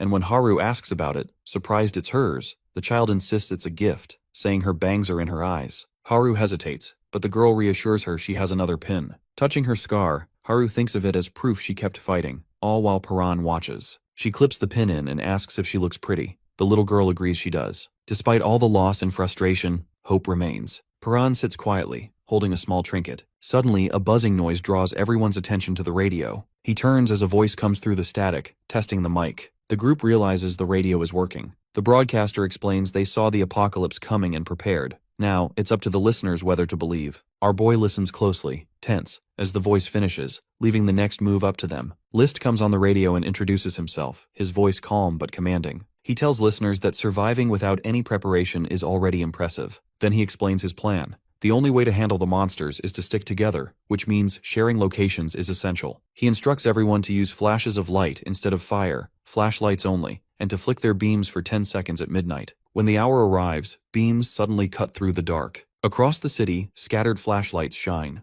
Haru spots distant signals, her breath catching as she realizes they're not alone. The group begins speculating whether List truly anticipated the apocalypse, pointing out that it would take serious military-grade gear to broadcast like this. Our boy can't help but reflect. Only his dad ever foresaw such a disaster. A thought nags at him. Could List also know something about his mom? He recalls the man's words about his spot being marked by the brightest light and quietly wishes everyone good luck. As Paran prepares to head out, Chickencomb hurries over, asking to tag along. The protagonist tries to brush him off, warning about the dangers, but the other refuses, insisting he's not as weak as he seems. He argues that everyone who died before chose to be there, and tells Paran to stop carrying all the guilt. Everyone knew the risks. He finishes by saying they're teammates now and demands to be called Big Bro. Paran relents, not stopping him. When he jokingly calls him Chickencomb, the self-styled tough guy complains. It's a mohawk, not a chickencomb, and wants the nickname dropped. Their bickering continues until Haru steps in, announcing she's coming too. Paran allows it without much fuss. Elsewhere, someone on watch duty notices he left without a weapon. The guy with glasses reflects on just how tough Paran is. He's beaten grown men and felled monsters thought unbeatable. Watching his near-superhuman movements, the observer wonders who this young man truly is. Later, Chickencomb asks if doing what Paran does will make him stronger. Our protagonist takes a moment before explaining the first step,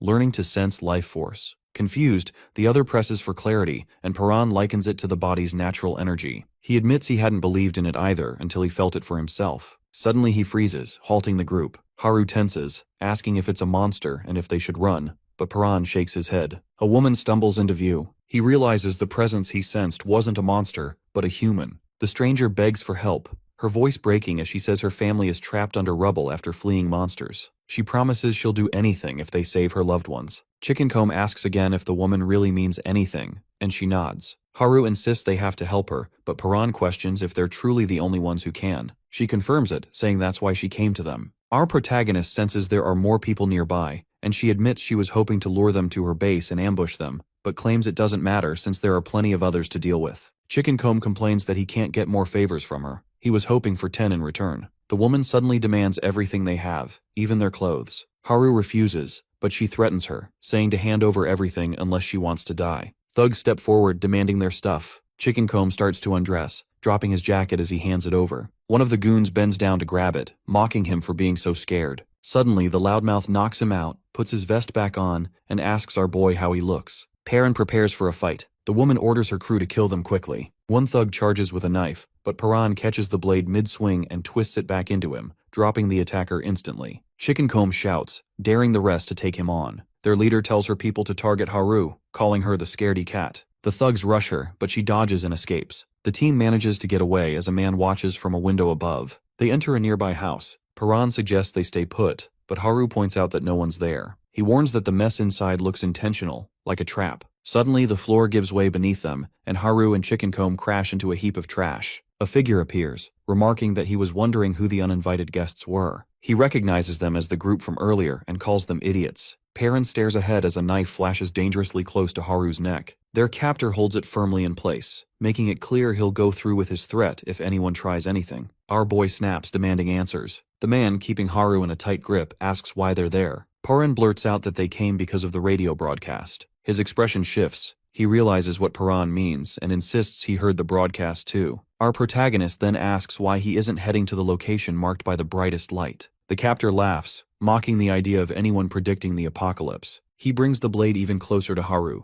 warning that one lie will cost her life. Suddenly he lunges, but Paran dodges and a brawl erupts. Paran ducks and counters, slamming him to the ground. They exchange blows, with the captor swinging wild. The struggle intensifies and Paran charges again. The blade catches his side, but he pushes through the pain. He attacks repeatedly, though the captor manages to dodge every strike. The man remarks that Paran isn't like other thieves, but the boy only focuses on moving faster than his opponent can react. He rushes in, closing the distance and aiming for a takedown. Meanwhile, monsters begin gathering outside, raising the stakes. It turns into a tense standoff. The captor keeps his grip firm, and Paran knows any loud noise will draw the creatures in, but subtle movements won't be enough to get close. Both ready themselves as he debates gathering the energy like before. Finally, Paran leaps forward, committing to it. The captor stops as Paran crouches, channeling his energy and swinging it, the force rushing past the man's face. Our boy lifts a finger, signaling everyone to stay quiet. The captor freezes, Suddenly, a rope snaps and he starts to complain, but the others glare at him. He sits down, clearly nervous, as if sensing they might retaliate. Haru and Chicken Comb exchange a glance and grin. When he asks what's so funny, they tie him up tighter and spin him around. He protests loudly, but Haru laughs and calls for another spin. The man demands to know what they want. Perrin explains they're just heading to the broadcast and gathering supplies. He doesn't believe it, but our protagonist assures him they'll let him go later. They're not taking any chances after what happened before. When the captor asks how Perrin moved so fast, he dodges the question. Suddenly, a noise above draws everyone's attention. They look up to see a ripped-apart corpse lying nearby, close to a monster's remains. Chicken Comb and Haru freeze, but the man calmly says it won't attack. It's his sister. He repeats himself, explaining she's barely hanging on, still alive. Haru asks how that's possible, and he describes her injuries, admitting those wounds should have been fatal. He believes the monster attached to her is keeping her alive by leeching off her life. Haru wonders if that really counts as being alive, thinking of her own brother as she watches the suffering woman. Chicken Comb asks why he doesn't just pull the creature off. He replies that he's tried everything, but the roots go too deep. Chicken Comb then asks if they can kill it, and the captor laughs at the idea of there being an easy core to break. He says he's tried everything, but these monsters don't have a weak spot like that. The conversation falls silent. The man tells everyone to leave, but Haru warns that if he tries anything, they'll just spin him again. Perrin cuts him free and heads out, telling the others to follow. Their former prisoner watches from inside, muttering about the strangers passing through, claiming they know how to kill the monster attached to his sister, but he doesn't believe them. He asks his sister if she heard any of it, then notices a teddy bear nearby. He picks it up as a rope creaks and stretches. Meanwhile, our protagonist wonders if the situation is a trap. As he turns around, realization hits, and he mutters, "It's them again." Across the room, a creature rises from beneath the floorboards. Perrin grips a knife tightly, a doll lying on the floor beside him as he faces a massive, shadowy figure. His vision turns red, sparks of energy flickering across his eyes. Suddenly, a horde of eerie creatures emerges ahead, multiplying the danger before him. He's frustrated. He already burned through too much energy earlier, and now the monster's grip is draining his strength even more. As that energy slips away, our boy's eyes fall on the doll, and he remembers the promise he made. He reminds himself to keep that promise no matter what. Memories flash through his mind. He walks along, answering a call and promising he won't be late. In another place, his sister listens in, anxious, asking how many chances he has left. The captor's voice rings out, "None." He's always had this unusual talent. The vision shifts. Glimpses show Jingu with glowing eyes, scanning possible futures, able to predict outcomes to any event. During matches, he always takes the win, but never looks satisfied. When someone asks why Jin isn't celebrating, he admits he saw it all coming. On a phone call, he's reminded about their promise to watch a show together. He explains his ability. He simulates every scenario by simply observing. When a biker loses control and heads toward him, Jin steps aside, lands a hit, and the crash unfolds behind him. He admits that while his power lets him predict things, overusing it leaves him exhausted and always ends in a headache. When asked about the crash, he brushes it off. His sister calls, asking what he went out to buy, unaware that it's for her birthday. Holding the doll, his phone buzzes and an uneasy feeling sets in. People around him are looking up, so he follows their gaze and sees a massive dark sphere hanging in the sky. Shaken, Jin watches as a monstrous thing with twisted limbs descends. He suddenly realizes his predictive power is useless. He can't see any futures, only chaos and monsters everywhere. He notices the disaster unfolding nearby. Then his phone dies, the internet cuts out, and the ground shakes as explosions erupt. Monsters swarm the streets. As energy surges through him, Jin braces himself, clutching the doll, determined to survive as the world collapses around him. Jin wanders the ruined streets, trying to figure out what the monsters really want.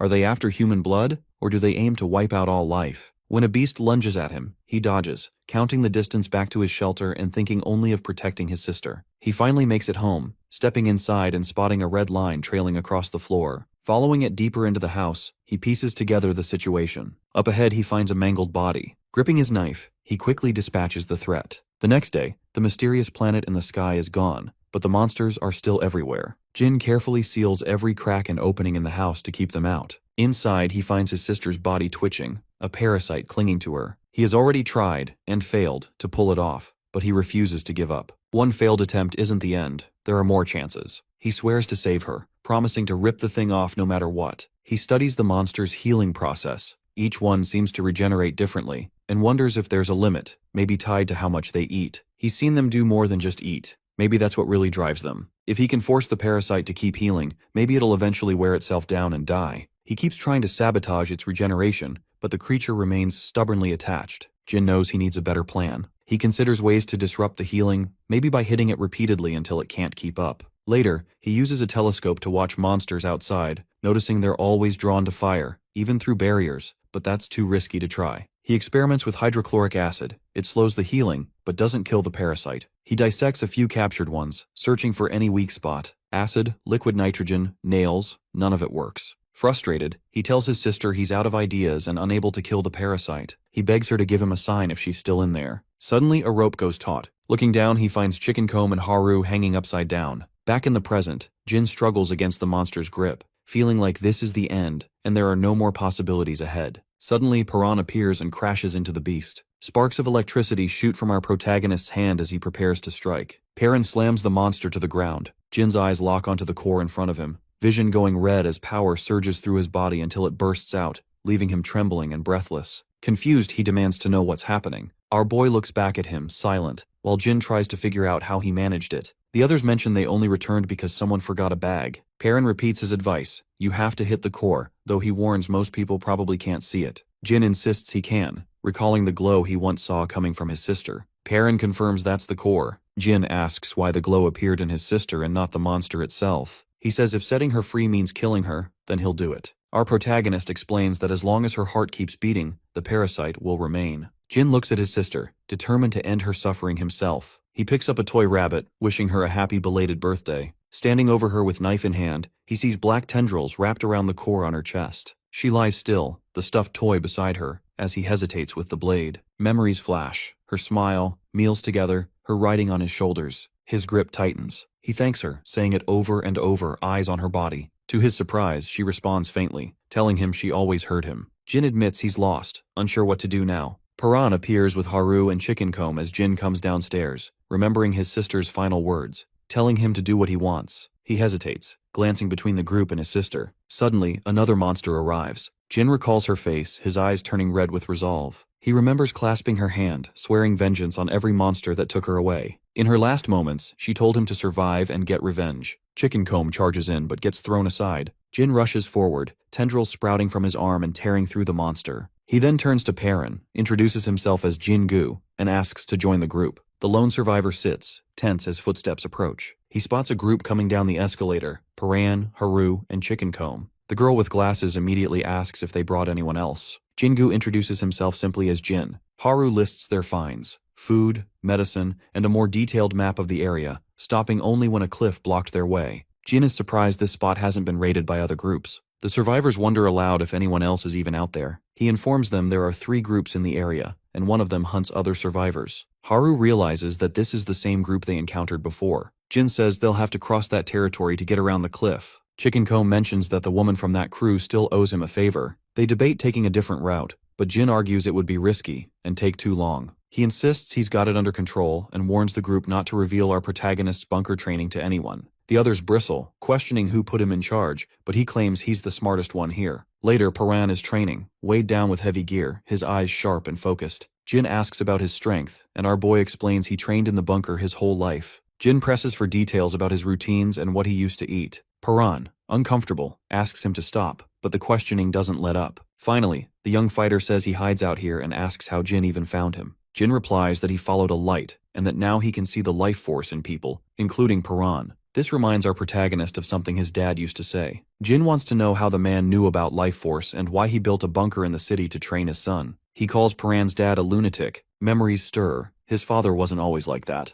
At first, the man supported Paran's dream of seeing the surface, but eventually became obsessed with prepping for the apocalypse, which led the boy to rebel. Jin suggests maybe the father already knew about the monsters or the apocalypse in advance. Perrin admits it's possible. Jin asks if he's certain his dad is dead. Paran recalls watching him fall from a great height with monsters diving after him. Jin points out that doesn't necessarily mean the man is gone, and that Paran may never know for sure. Paran sits on the floor as Jin suggests that his father might still be out there. Our boy replies that if his dad were alive, he'd already be here looking after him. Jin agrees, then shifts the conversation, asking how he moved so quickly during their last fight. Perrin demonstrates the move, confirming if that's what Jin meant. He explains that you have to focus your life force into your fingertips, but the real challenge is being able to feel it in the first place. Jin says he can feel it. His hands start shaking as he remembers the sensation of having all his energy drained. He insists that feeling is real and shouts that this must be his life force. Blood starts to drip from his nose and sparks flicker. Perrin asks if he's all right,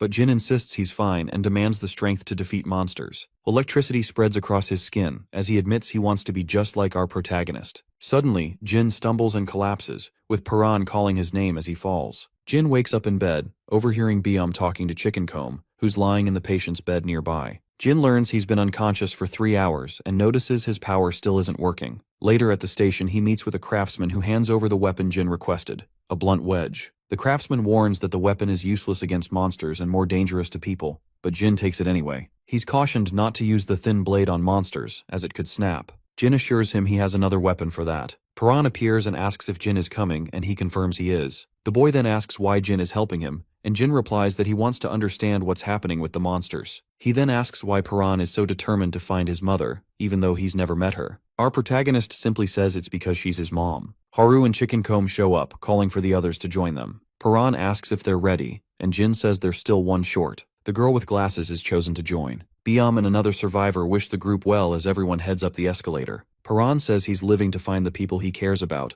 while the rest have their own reasons as the crew sets out together. Perrin moves forward while Chickencomb and Jin hang back. A screech echoes in the distance and shadowy figures appear. Suddenly a harsh voice calls out, accusing them, not just of losing people, but of abandoning someone to die, which is even worse. The woman who once tried to trap our protagonist and his team tries to explain, but before she can, a knife flashes through the air. The blonde woman comments that these new intruders aren't like the others who usually get caught. She remembers a kid who dodged and a big guy with a Chickencomb haircut. Another voice agrees. The silver-haired fighter simply stabs a man, calling him livestock. People whisper about whether the intruders might come back. The leader declares the hideout is locked down, grabs a piece of flesh, and says if the intruders return, she'll just eat them herself. Jin lays out the plan. They need to cross the thieves' territory, which is divided into 3 zones, without being caught. He insists that everyone must sneak through, no fighting. Chickencomb is excited by the challenge, but Paran doubts they can all make it through undetected. He says he could probably do it alone, but isn't sure about the whole group.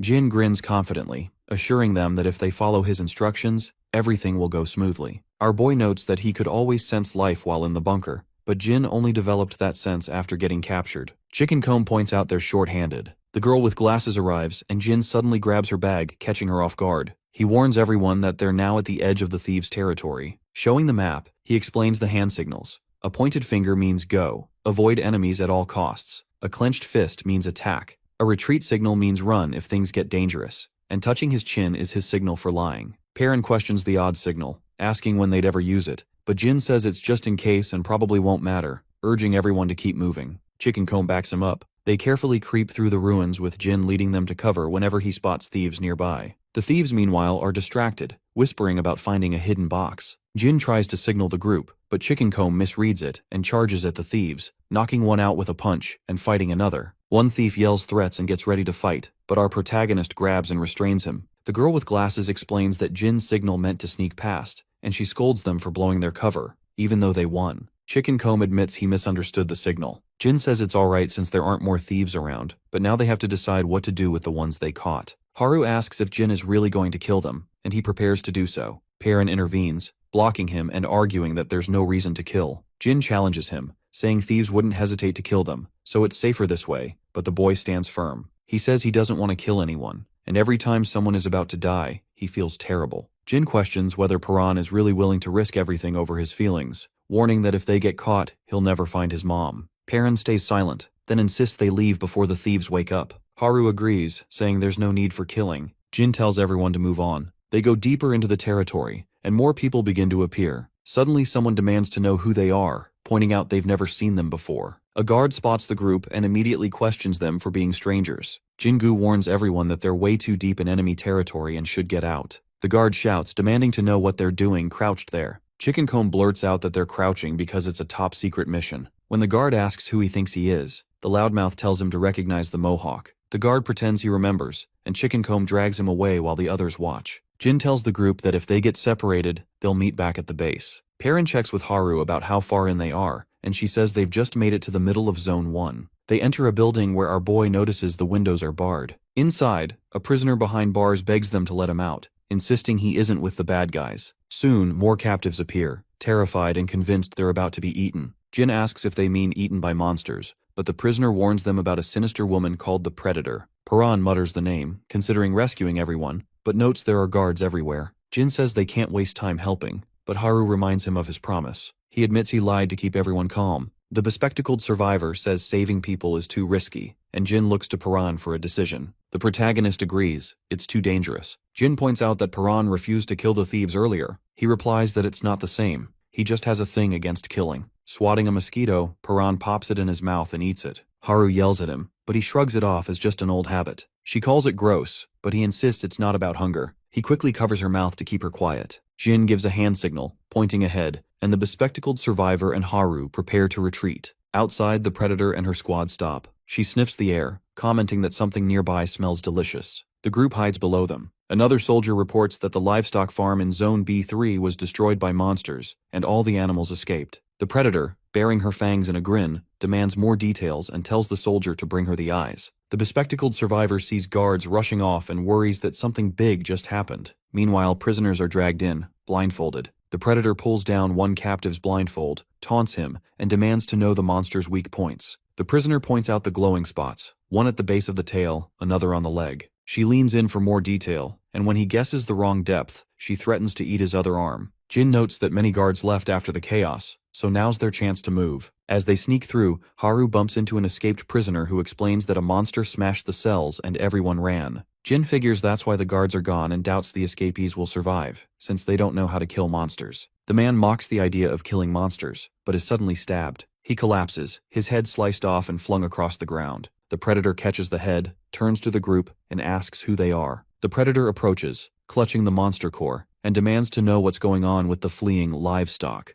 She presses further, accusing the group of ignoring her orders. She had been clear: capture or kill. The girl with glasses and another survivor freeze, unable to respond. Jin glances at a nearby corpse, mocking their hesitation with a smug grin. He claims they only pretended to be allies to gather information on the runaways, then sighs about not getting more out of the dead man, and pinches the bespectacled survivor as they're cornered. The predator warns them not to act suspicious and orders everyone to track down the rest of the escapees. She steps closer to Jin, eyeing him curiously, and comments on how she's never seen someone with his face before. How memorable he looks. He stays silent as she circles him. Then she challenges him to make her remember him next time. The girl with glasses and the others catch on as the woman recognizes Jin. She lashes out, but he blocks her attack and yanks Yujin out of danger as blades slice through the air. Perrin leaps in, grabbing the predator's weapon mid-swing, while the bespectacled survivor panics. The woman grins, her suspicion now confirmed. The scent she picked up earlier was indeed from them. She accuses Jin of being the source she's been sensing, her grin sharpening as she sizes him up. Wondering aloud why she should bother chasing livestock when the group in front of her seems much tastier, she lunges at him, demanding a bite.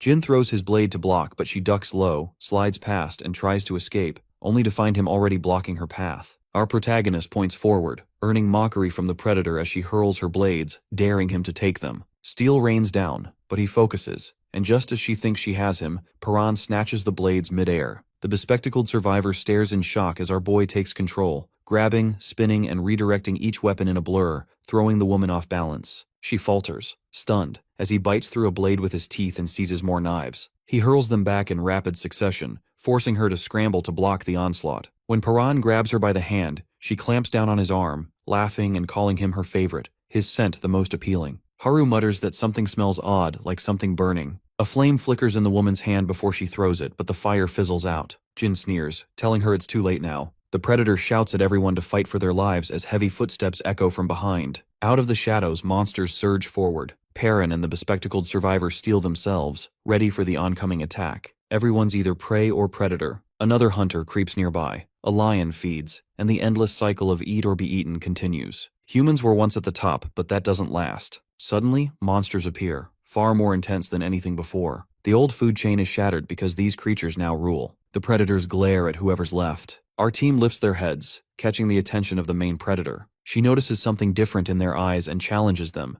daring them to prove they've got the will to survive. She yells for them to show that fire inside. At her command, the monsters charge. Perrin and Jin stand their ground. They rush in too. Their weapons ignite with energy, and a powerful burst slams into the monsters. Instantly recognizing the weak points, they take out the creatures on the spot. The noise draws Predator's crew, who come rushing in. Suddenly, Haru is yanked into the open, a knife pressed to her throat. Perrin and Jin freeze. Their captor demands they surrender, and reveal how they've survived this long. The blade digs in deeper, and the girl with glasses drops to their knees, begging for mercy. Jin whispers to our protagonist to attack now, but he says he can't strike from where he is. Predator jerks Haru around, mocking them. Perrin steps forward, hand glowing, but she warns him not to try anything. She'll kill Haru regardless. Jin urges our boy not to surrender and to attack before she can react. But Predator begins a countdown, threatening to kill Haru. Perrin hesitates, afraid he'll make a mistake, while the others look to him. Jin's words echo in his mind. Small sacrifices can't matter. The mission is too important. Predator counts down. 3. She continues. 2. Perrin's fist tightens. Haru braces herself. On 1, he unexpectedly surrenders. Predator shouts for her crew to seize them. Chains snap around Perrin and Jin as they're dragged away, and the gang locks them up.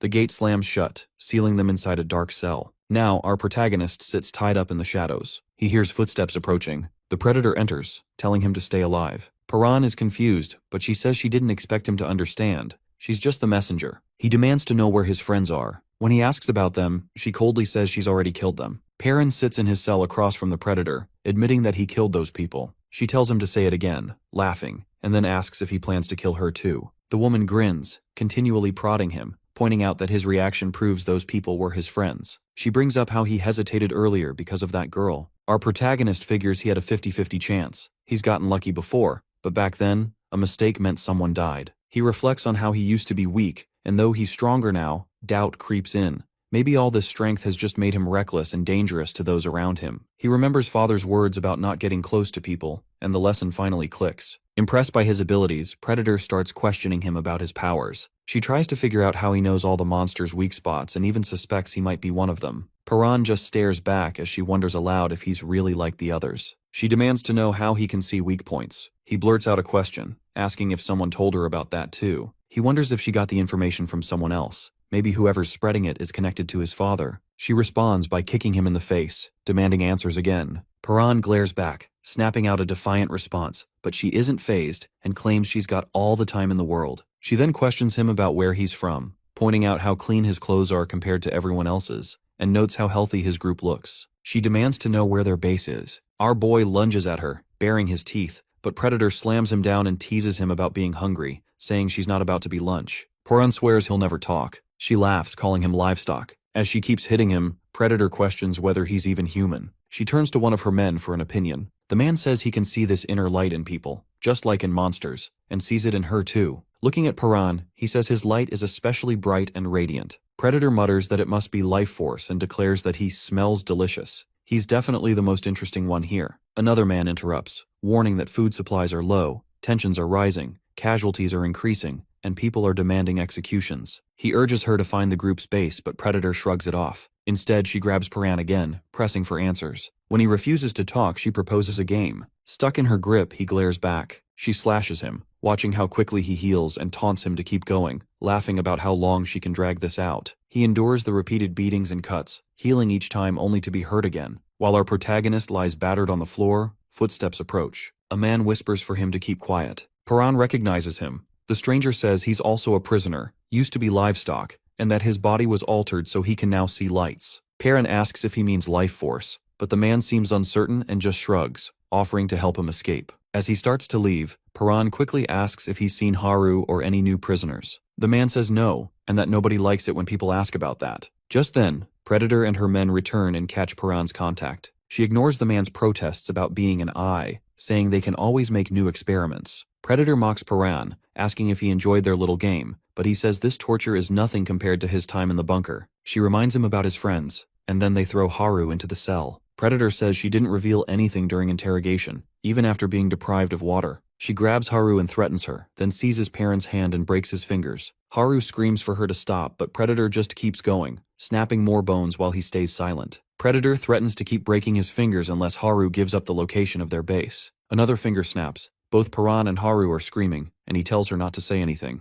A couple of guards whisper about how cruel the captain is, especially with the torture happening inside. Predator mocks Perrin's healing hands, while our boy silently fumes that he can't use his life force. He wonders how she managed to bind him so tightly and grows frustrated that she doesn't really understand his powers. She keeps pressing for answers, but he refuses to give anything up. When Predator demands the location of their base, he hesitates but ultimately stays loyal to his group. She grabs a pair of pliers, threatening to see if his fingernails will heal if she rips them off. Haru is terrified. When Predator finally calls it a day, our protagonist is left alone, haunted by father's voice warning that caring for others only leads to pain and weakness. Outside, Haru watches, guilt twisting inside her as she sees what Paran endures. He realizes all of this began the moment he learned what it means to care for other people. Her horror grows when Predator strolls back in, threatening to go after his toenails next. Suddenly, Haru yells that she'll take his place. Predator is surprised, teasing her about her feelings for the boy, but Haru keeps quiet. Pretending to be bored, Predator shifts her focus, grabbing Haru and getting her tools ready while Paran remains restrained. Haru apologizes, and just as Predator is about to start, he shouts that he'll cooperate. Predator is pleased, until Jin arrives. She asks where he's been, and Jin replies that he's ready to give up the base's location. Water drips, and Predator grins, but Haru doesn't believe he'd really betray them. Jin ignores her and tells Paran to listen. He claims he doesn't need our protagonist anymore, saying he thought Paran was the key to understanding monsters,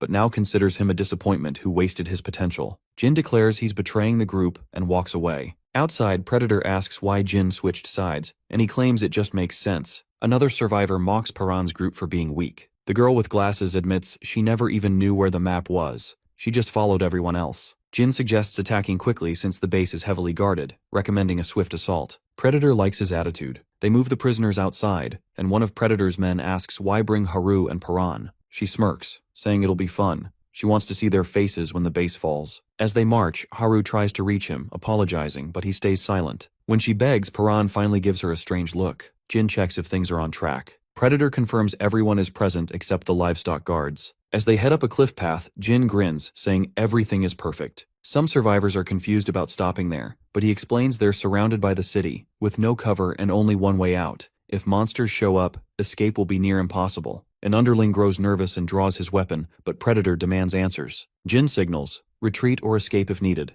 Escaping is more important than fighting. He gives the final signal. Paran recalls that touching the chin means Jin is lying, realizing he only pretended to betray them to keep the ruse alive. While Haru reacts and our boy clenches his fists, he reveals a hidden key tucked beneath his tongue. She catches on instantly. Jin continues to act normal under Predator's watchful eye, subtly holding up 2 fingers, the signal to attack if necessary. As Predator is distracted, Haru unlocks Paran's cuffs. He stands, free at last, energy surging through him. One soldier warns Predator that the boy is loose. With a fierce twist, Paran breaks the shackles completely and prepares to fight. Predator's men hesitate, but one steps forward, overconfident, even as she warns not to underestimate him. Paran steps up, Haru close behind. He stomps, cracking the ground, then delivers a punch that flattens a soldier's face and sends him flying with a blast of force. Paran knocks his opponent out with a single punch, sending the man skidding across the ground. The crowd erupts and shouts. Meanwhile, Jin signals up to someone on a ledge, who hits a detonator. An explosion rocks the canyon. Flames erupt, turning the entire battlefield into a fiery trap.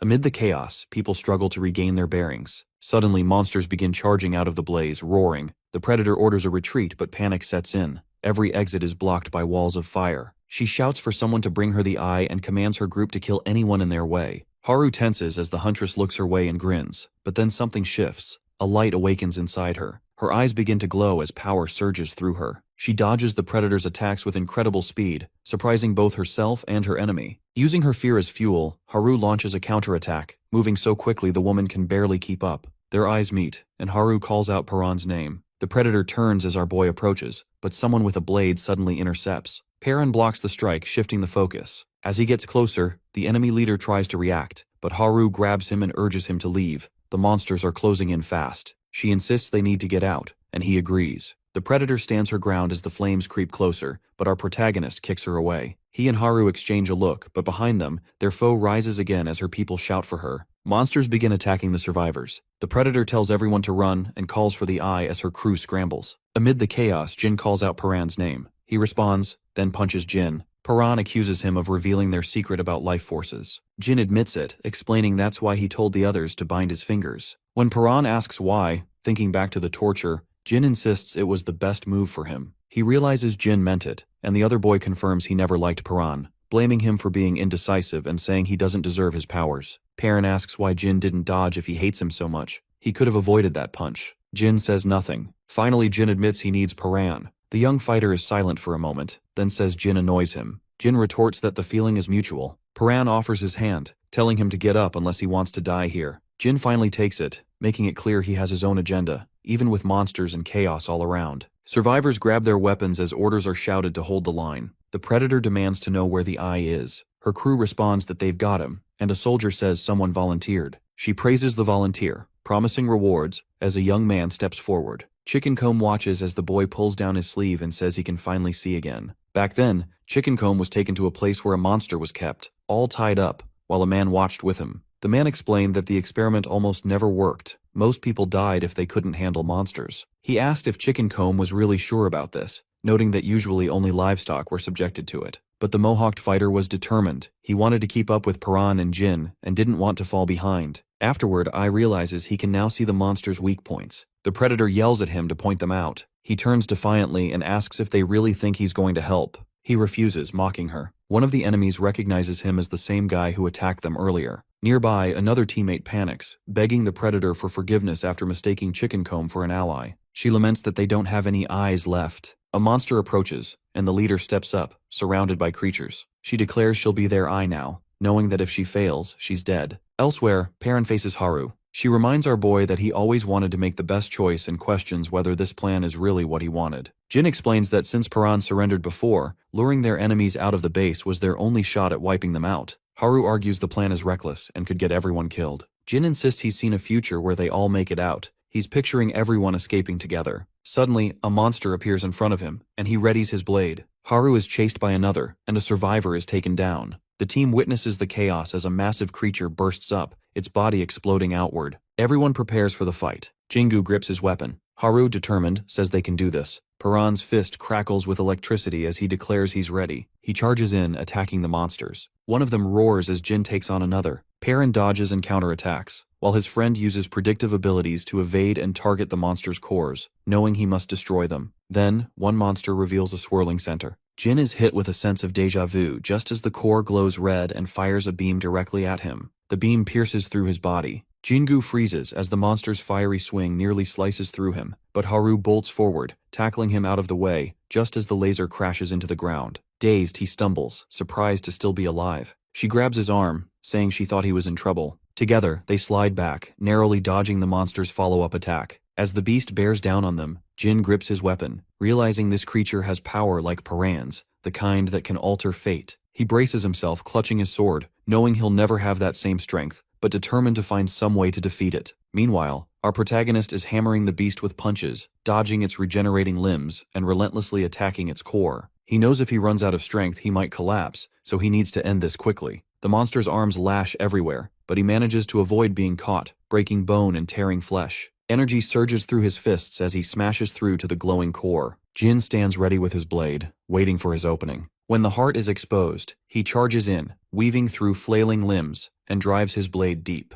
It cracks but doesn't shatter. The core pulses harder, blue sparks jumping through his hand. Paran appears beside him, shoving with raw force and channeling energy into it as the creature convulses. Our boy pushes harder, slamming the monster backward as its core flickers and tendrils writhe. Haru rushes in, ducking under limbs, but a wild swing forces her back. She and Paran cross paths as survivors scream for help, more monsters closing in. Elsewhere, the woman who had tried to trap them before grabs a collapsing survivor, pulling him up. Chickencomb appears, reminding her she still owes him a favor. She snaps at him annoyed, but he refuses to let it go. Realizing she's cornered, she finally agrees and asks for his help to escape, as chaos erupts around them on the battlefield. Meanwhile, the Predator observes streams of life energy flowing across the fight, finally understanding Paran's power. Energy crackles in her eyes as she mutters into a phone about how long she's waited for this moment. Now that she can see the flow, she's desperate to know how to use it. After the clash, Paran checks on everyone, but Haru tells him people are more worried about him. He looks like he's running on empty. He insists he's fine and can keep fighting, so he pushes on, while Jin watches, thinking that Paran could have taken on all the monsters alone. Remembering his promise to wipe them out, Jin feels he's slowing the group down. He glances at our protagonist, wondering who the real failure is. Haru panics, shouting about where they're supposed to go as fire rages all around, but Jin stays calm. He has a plan. He's mapped out a route through the canyon, and when she asks how, he reveals he made a deal with the livestock prisoners. Perrin recalls someone mentioning a rescue mission and realizes Jin is at the heart of it. Our protagonist hears Jin say this was the best option he could manage. With that, the group sprints across burning ground, leaping into the canyon.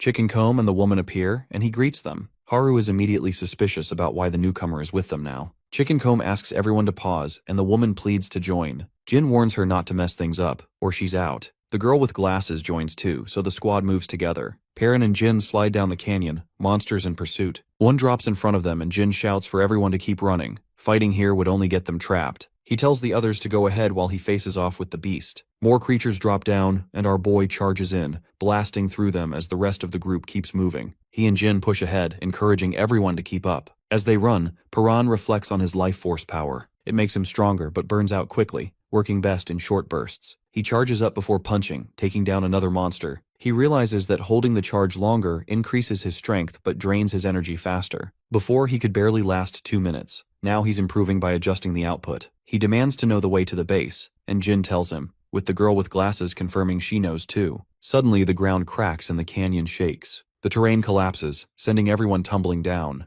Jin realizes that a single misstep could have killed them all. Haru injures her leg and struggles to stand. Paran checks on her, asking if she can walk. She says she'll try. Meanwhile, one survivor tries to escape but falls, despite Jin's warning to be careful. Chickencomb and the woman panic, thinking they're doomed without our protagonist. But Chickencomb promises to protect her, urging her to stick with him. Suddenly, a monster's claw tears into her side. Jin calls for Chickencomb as another creature attacks. Chickencomb blocks with his weapon but is knocked down as more monsters close in. Haru's leg gives out, so Paran lifts her and runs, launching them both across the canyon as monsters close in. He shields her as they land, steadying himself as more beasts appear. He blasts another monster and, surrounded by noise and chaos, keeps running with her in his arms. Meanwhile, Jin fights off monsters, blades swinging. Chickencomb defeats one creature but realizes the woman didn't make it, though she was a comrade, if only briefly. He calls Jin a comrade too, urging him not to fight alone. Together, they prepare for the next wave as monsters continue to attack. Monsters pour into the canyon, dropping down as Paran stands firm, blocking their attacks before stomping forward. One beast charges, but our boy smashes through, throwing punch after punch until he knocks a core loose. He starts to feel the strain. One monster slashes his side, another clocks him in the face. Haru shouts for him to escape and save himself, but he refuses to leave. The protagonist steps up, declaring there's no way he's losing her now. Haru feels a surge of guilt, convinced his pain is her fault,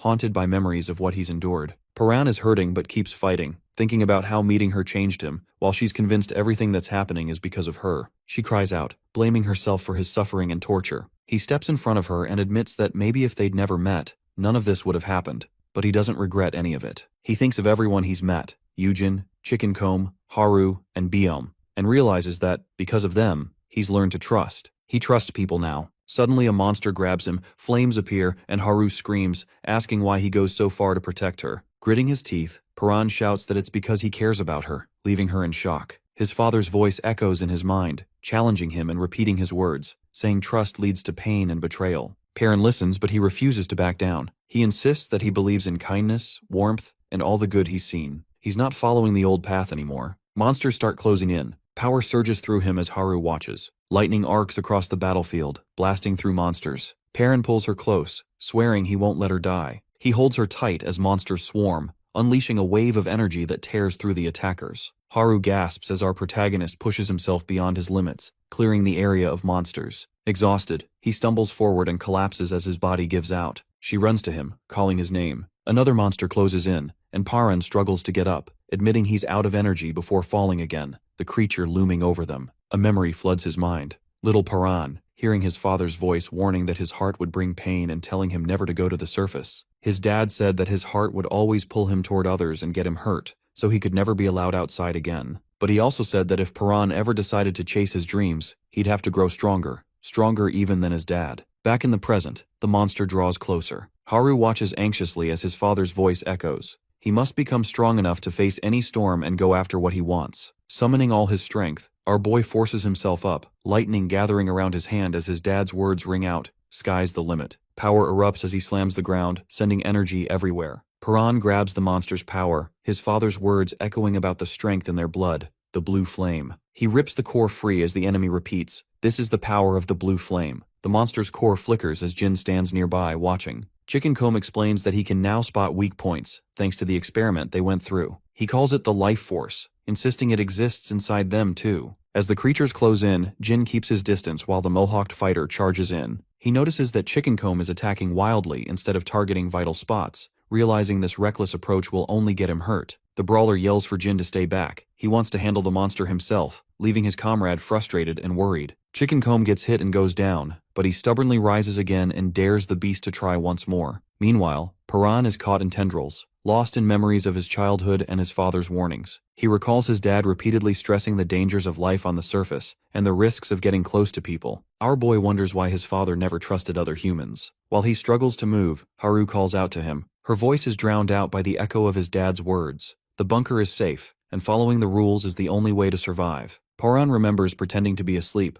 overhearing his father confess that the real danger isn't the apocalypse, it's other humans. He feels torn, wanting to know more about those secrets but also resenting them. His dad insisted that if the world ever discovered Paran's true nature, every human would come after him because he's different. The memories blur, and a thirst grows as our protagonist's life force weakens. He clutches his chest and reaches for an orb. The moment his hand touches it, power erupts from him. A shadowy monster bursts forth and spreads. Haru calls out as he clings to the figure. Paran's eyes snap open. He's back. She tries to reach him, but an enemy attack comes dangerously close. Bracing for impact, he's suddenly shielded by a glowing force. Steadying himself, he sees the girl with glasses appear, relief on her face that he's safe. Jin admits they can't fight the way Paran can and insists they need to escape, calling for Chickencomb to move. The Mohawked fighter charges ahead, determined to hold the monsters back. He tells Jin to run, explaining it's because they're teammates. Jin hesitates, but Chickencomb's resolve is clear, and together they make a break for it. Jin hears Chickencomb's words and can't quite grasp it.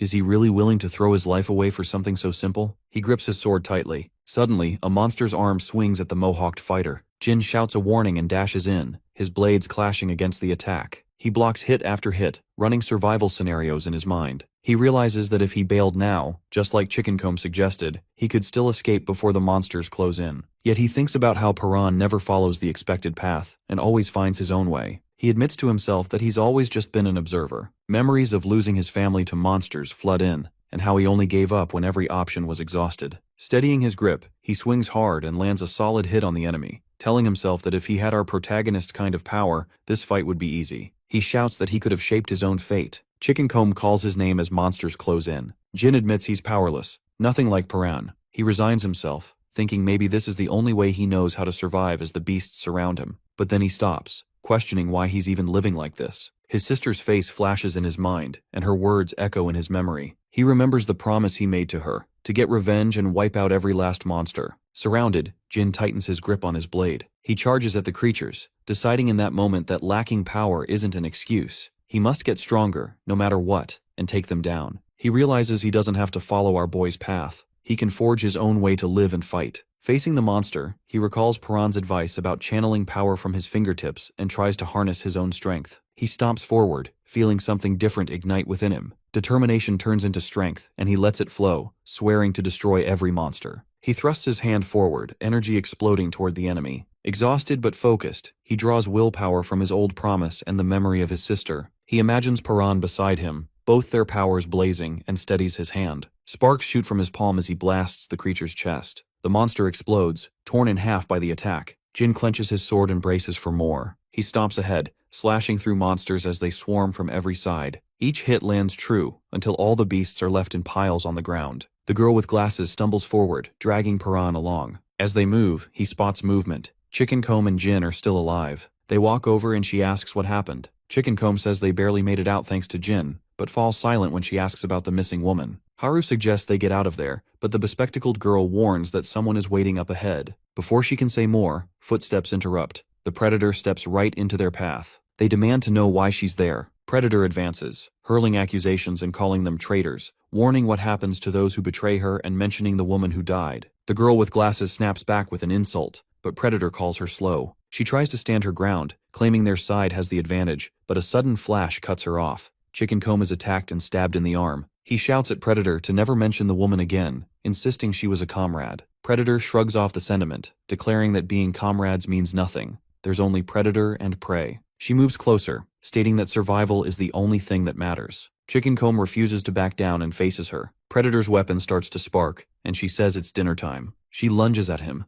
electricity crackling around her, slashing across his chest and claiming she's mastered life force. Electricity flickers as she holds a phone. When someone asks how she learned it, Predator says she picked it up from some kid with a strange fighting style. She finds two bodies on the ground, confused about where everyone else went, then realizes they've all run far away. She remarks that she can just follow the trail of blue energy to find them. Suddenly, a voice crackles through her phone, telling her to stop after hearing her mention blue energy. Predator gets annoyed, glancing at the bodies scattered around. Haru tries to warn her to stay back, but she scoffs, daring Haru to do something about it. Predator attacks, but Haru dodges and sprints away. Electricity snaps from her hand as she gives chase, calling Haru a pain. She grabs her by the hair, taunting about how much power is draining from her body, and promises Haru will never walk again. Our boy slashes at Predator, forcing her to let go, and she is surprised to see him ready to fight. Tossing Haru aside, she prepares to face him. Paran charges, but Predator dodges, sparks flying from her hand as she readies another attack. She goes all out, raining down blows and yelling for him to give her a good fight, saying she's finally found someone who can keep up.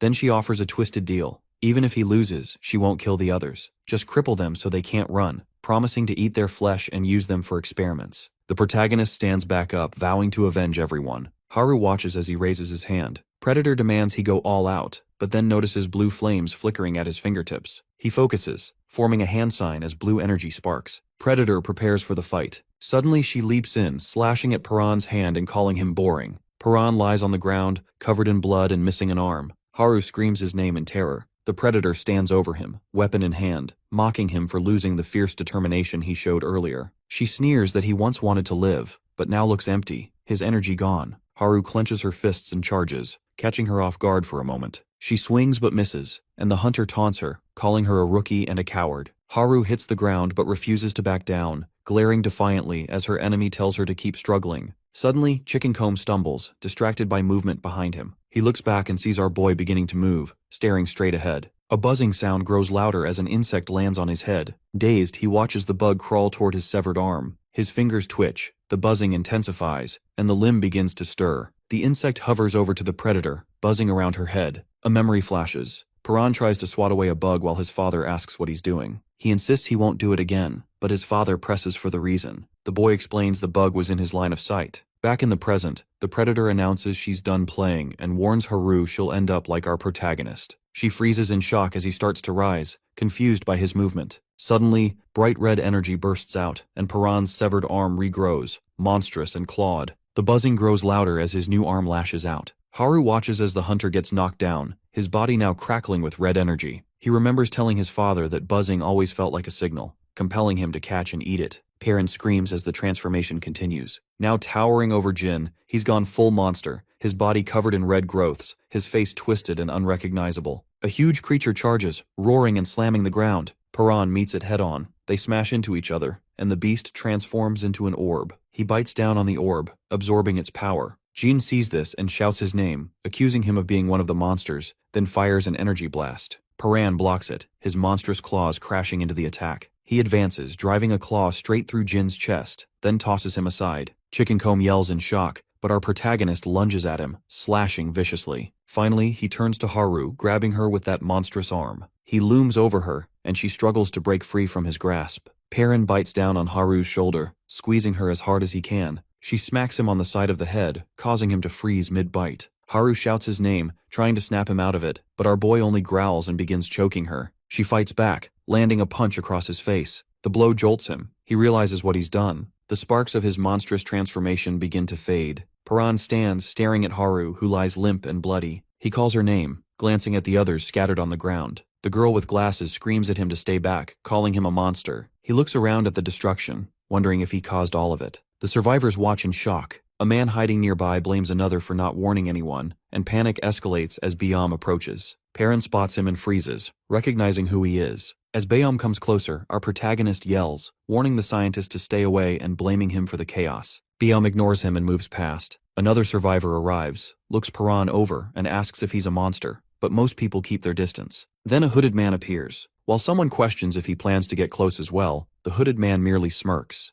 Bayam and another person begin helping the wounded. Elsewhere, a man describes meeting Jin at a looter base and making a deal. He would save Jin if Jin helped free his friends, who were being kept as livestock. When asked, the man confirms he came from the same place Paran and his group were trying to reach. Chickencomb insists he's fine, though Bayam flinches, suggesting he take a break if needed. Someone asks if the man came from the place associated with the radio broadcast. He says yes and wonders if Jin hasn't already explained things. The survivors inquire about both the location and the broadcast, but the man says it's complicated and promises it will make sense soon. He recalls being caught by looters while searching for survivors, then asks Bayam about his friend's condition. Bayam replies that they're alive but malnourished. Attention shifts back to Paran, as the man reveals he transformed into a monster and attacked his allies. Others confirm this, mentioning his rapid healing and how his arm regenerated, which surprised everyone. The man expresses relief that at least he managed to kill the predator, while Jin suspects Paran was unaware of his monstrous side. The man then says he saw red energy coming from Jin's body, which seemed suspicious. Jin explains it's his life force. When the man asks what that means, Jin questions how he could not know, considering he's now expected to fight monsters. The man admits that fighting wasn't part of their plan. They wanted to avoid attention. A woman says List was the voice on the radio, and the man continues, explaining that List supposedly knows about a weapon capable of instantly killing monsters. He recalls how everything used to sound unbelievable, but witnessing the battlefield changed his perspective. Jin asks what he means, but the man avoids answering, saying they'll find out in time. When it's mentioned that he accepted the idea of life force so quickly, he responds that nothing makes sense anymore.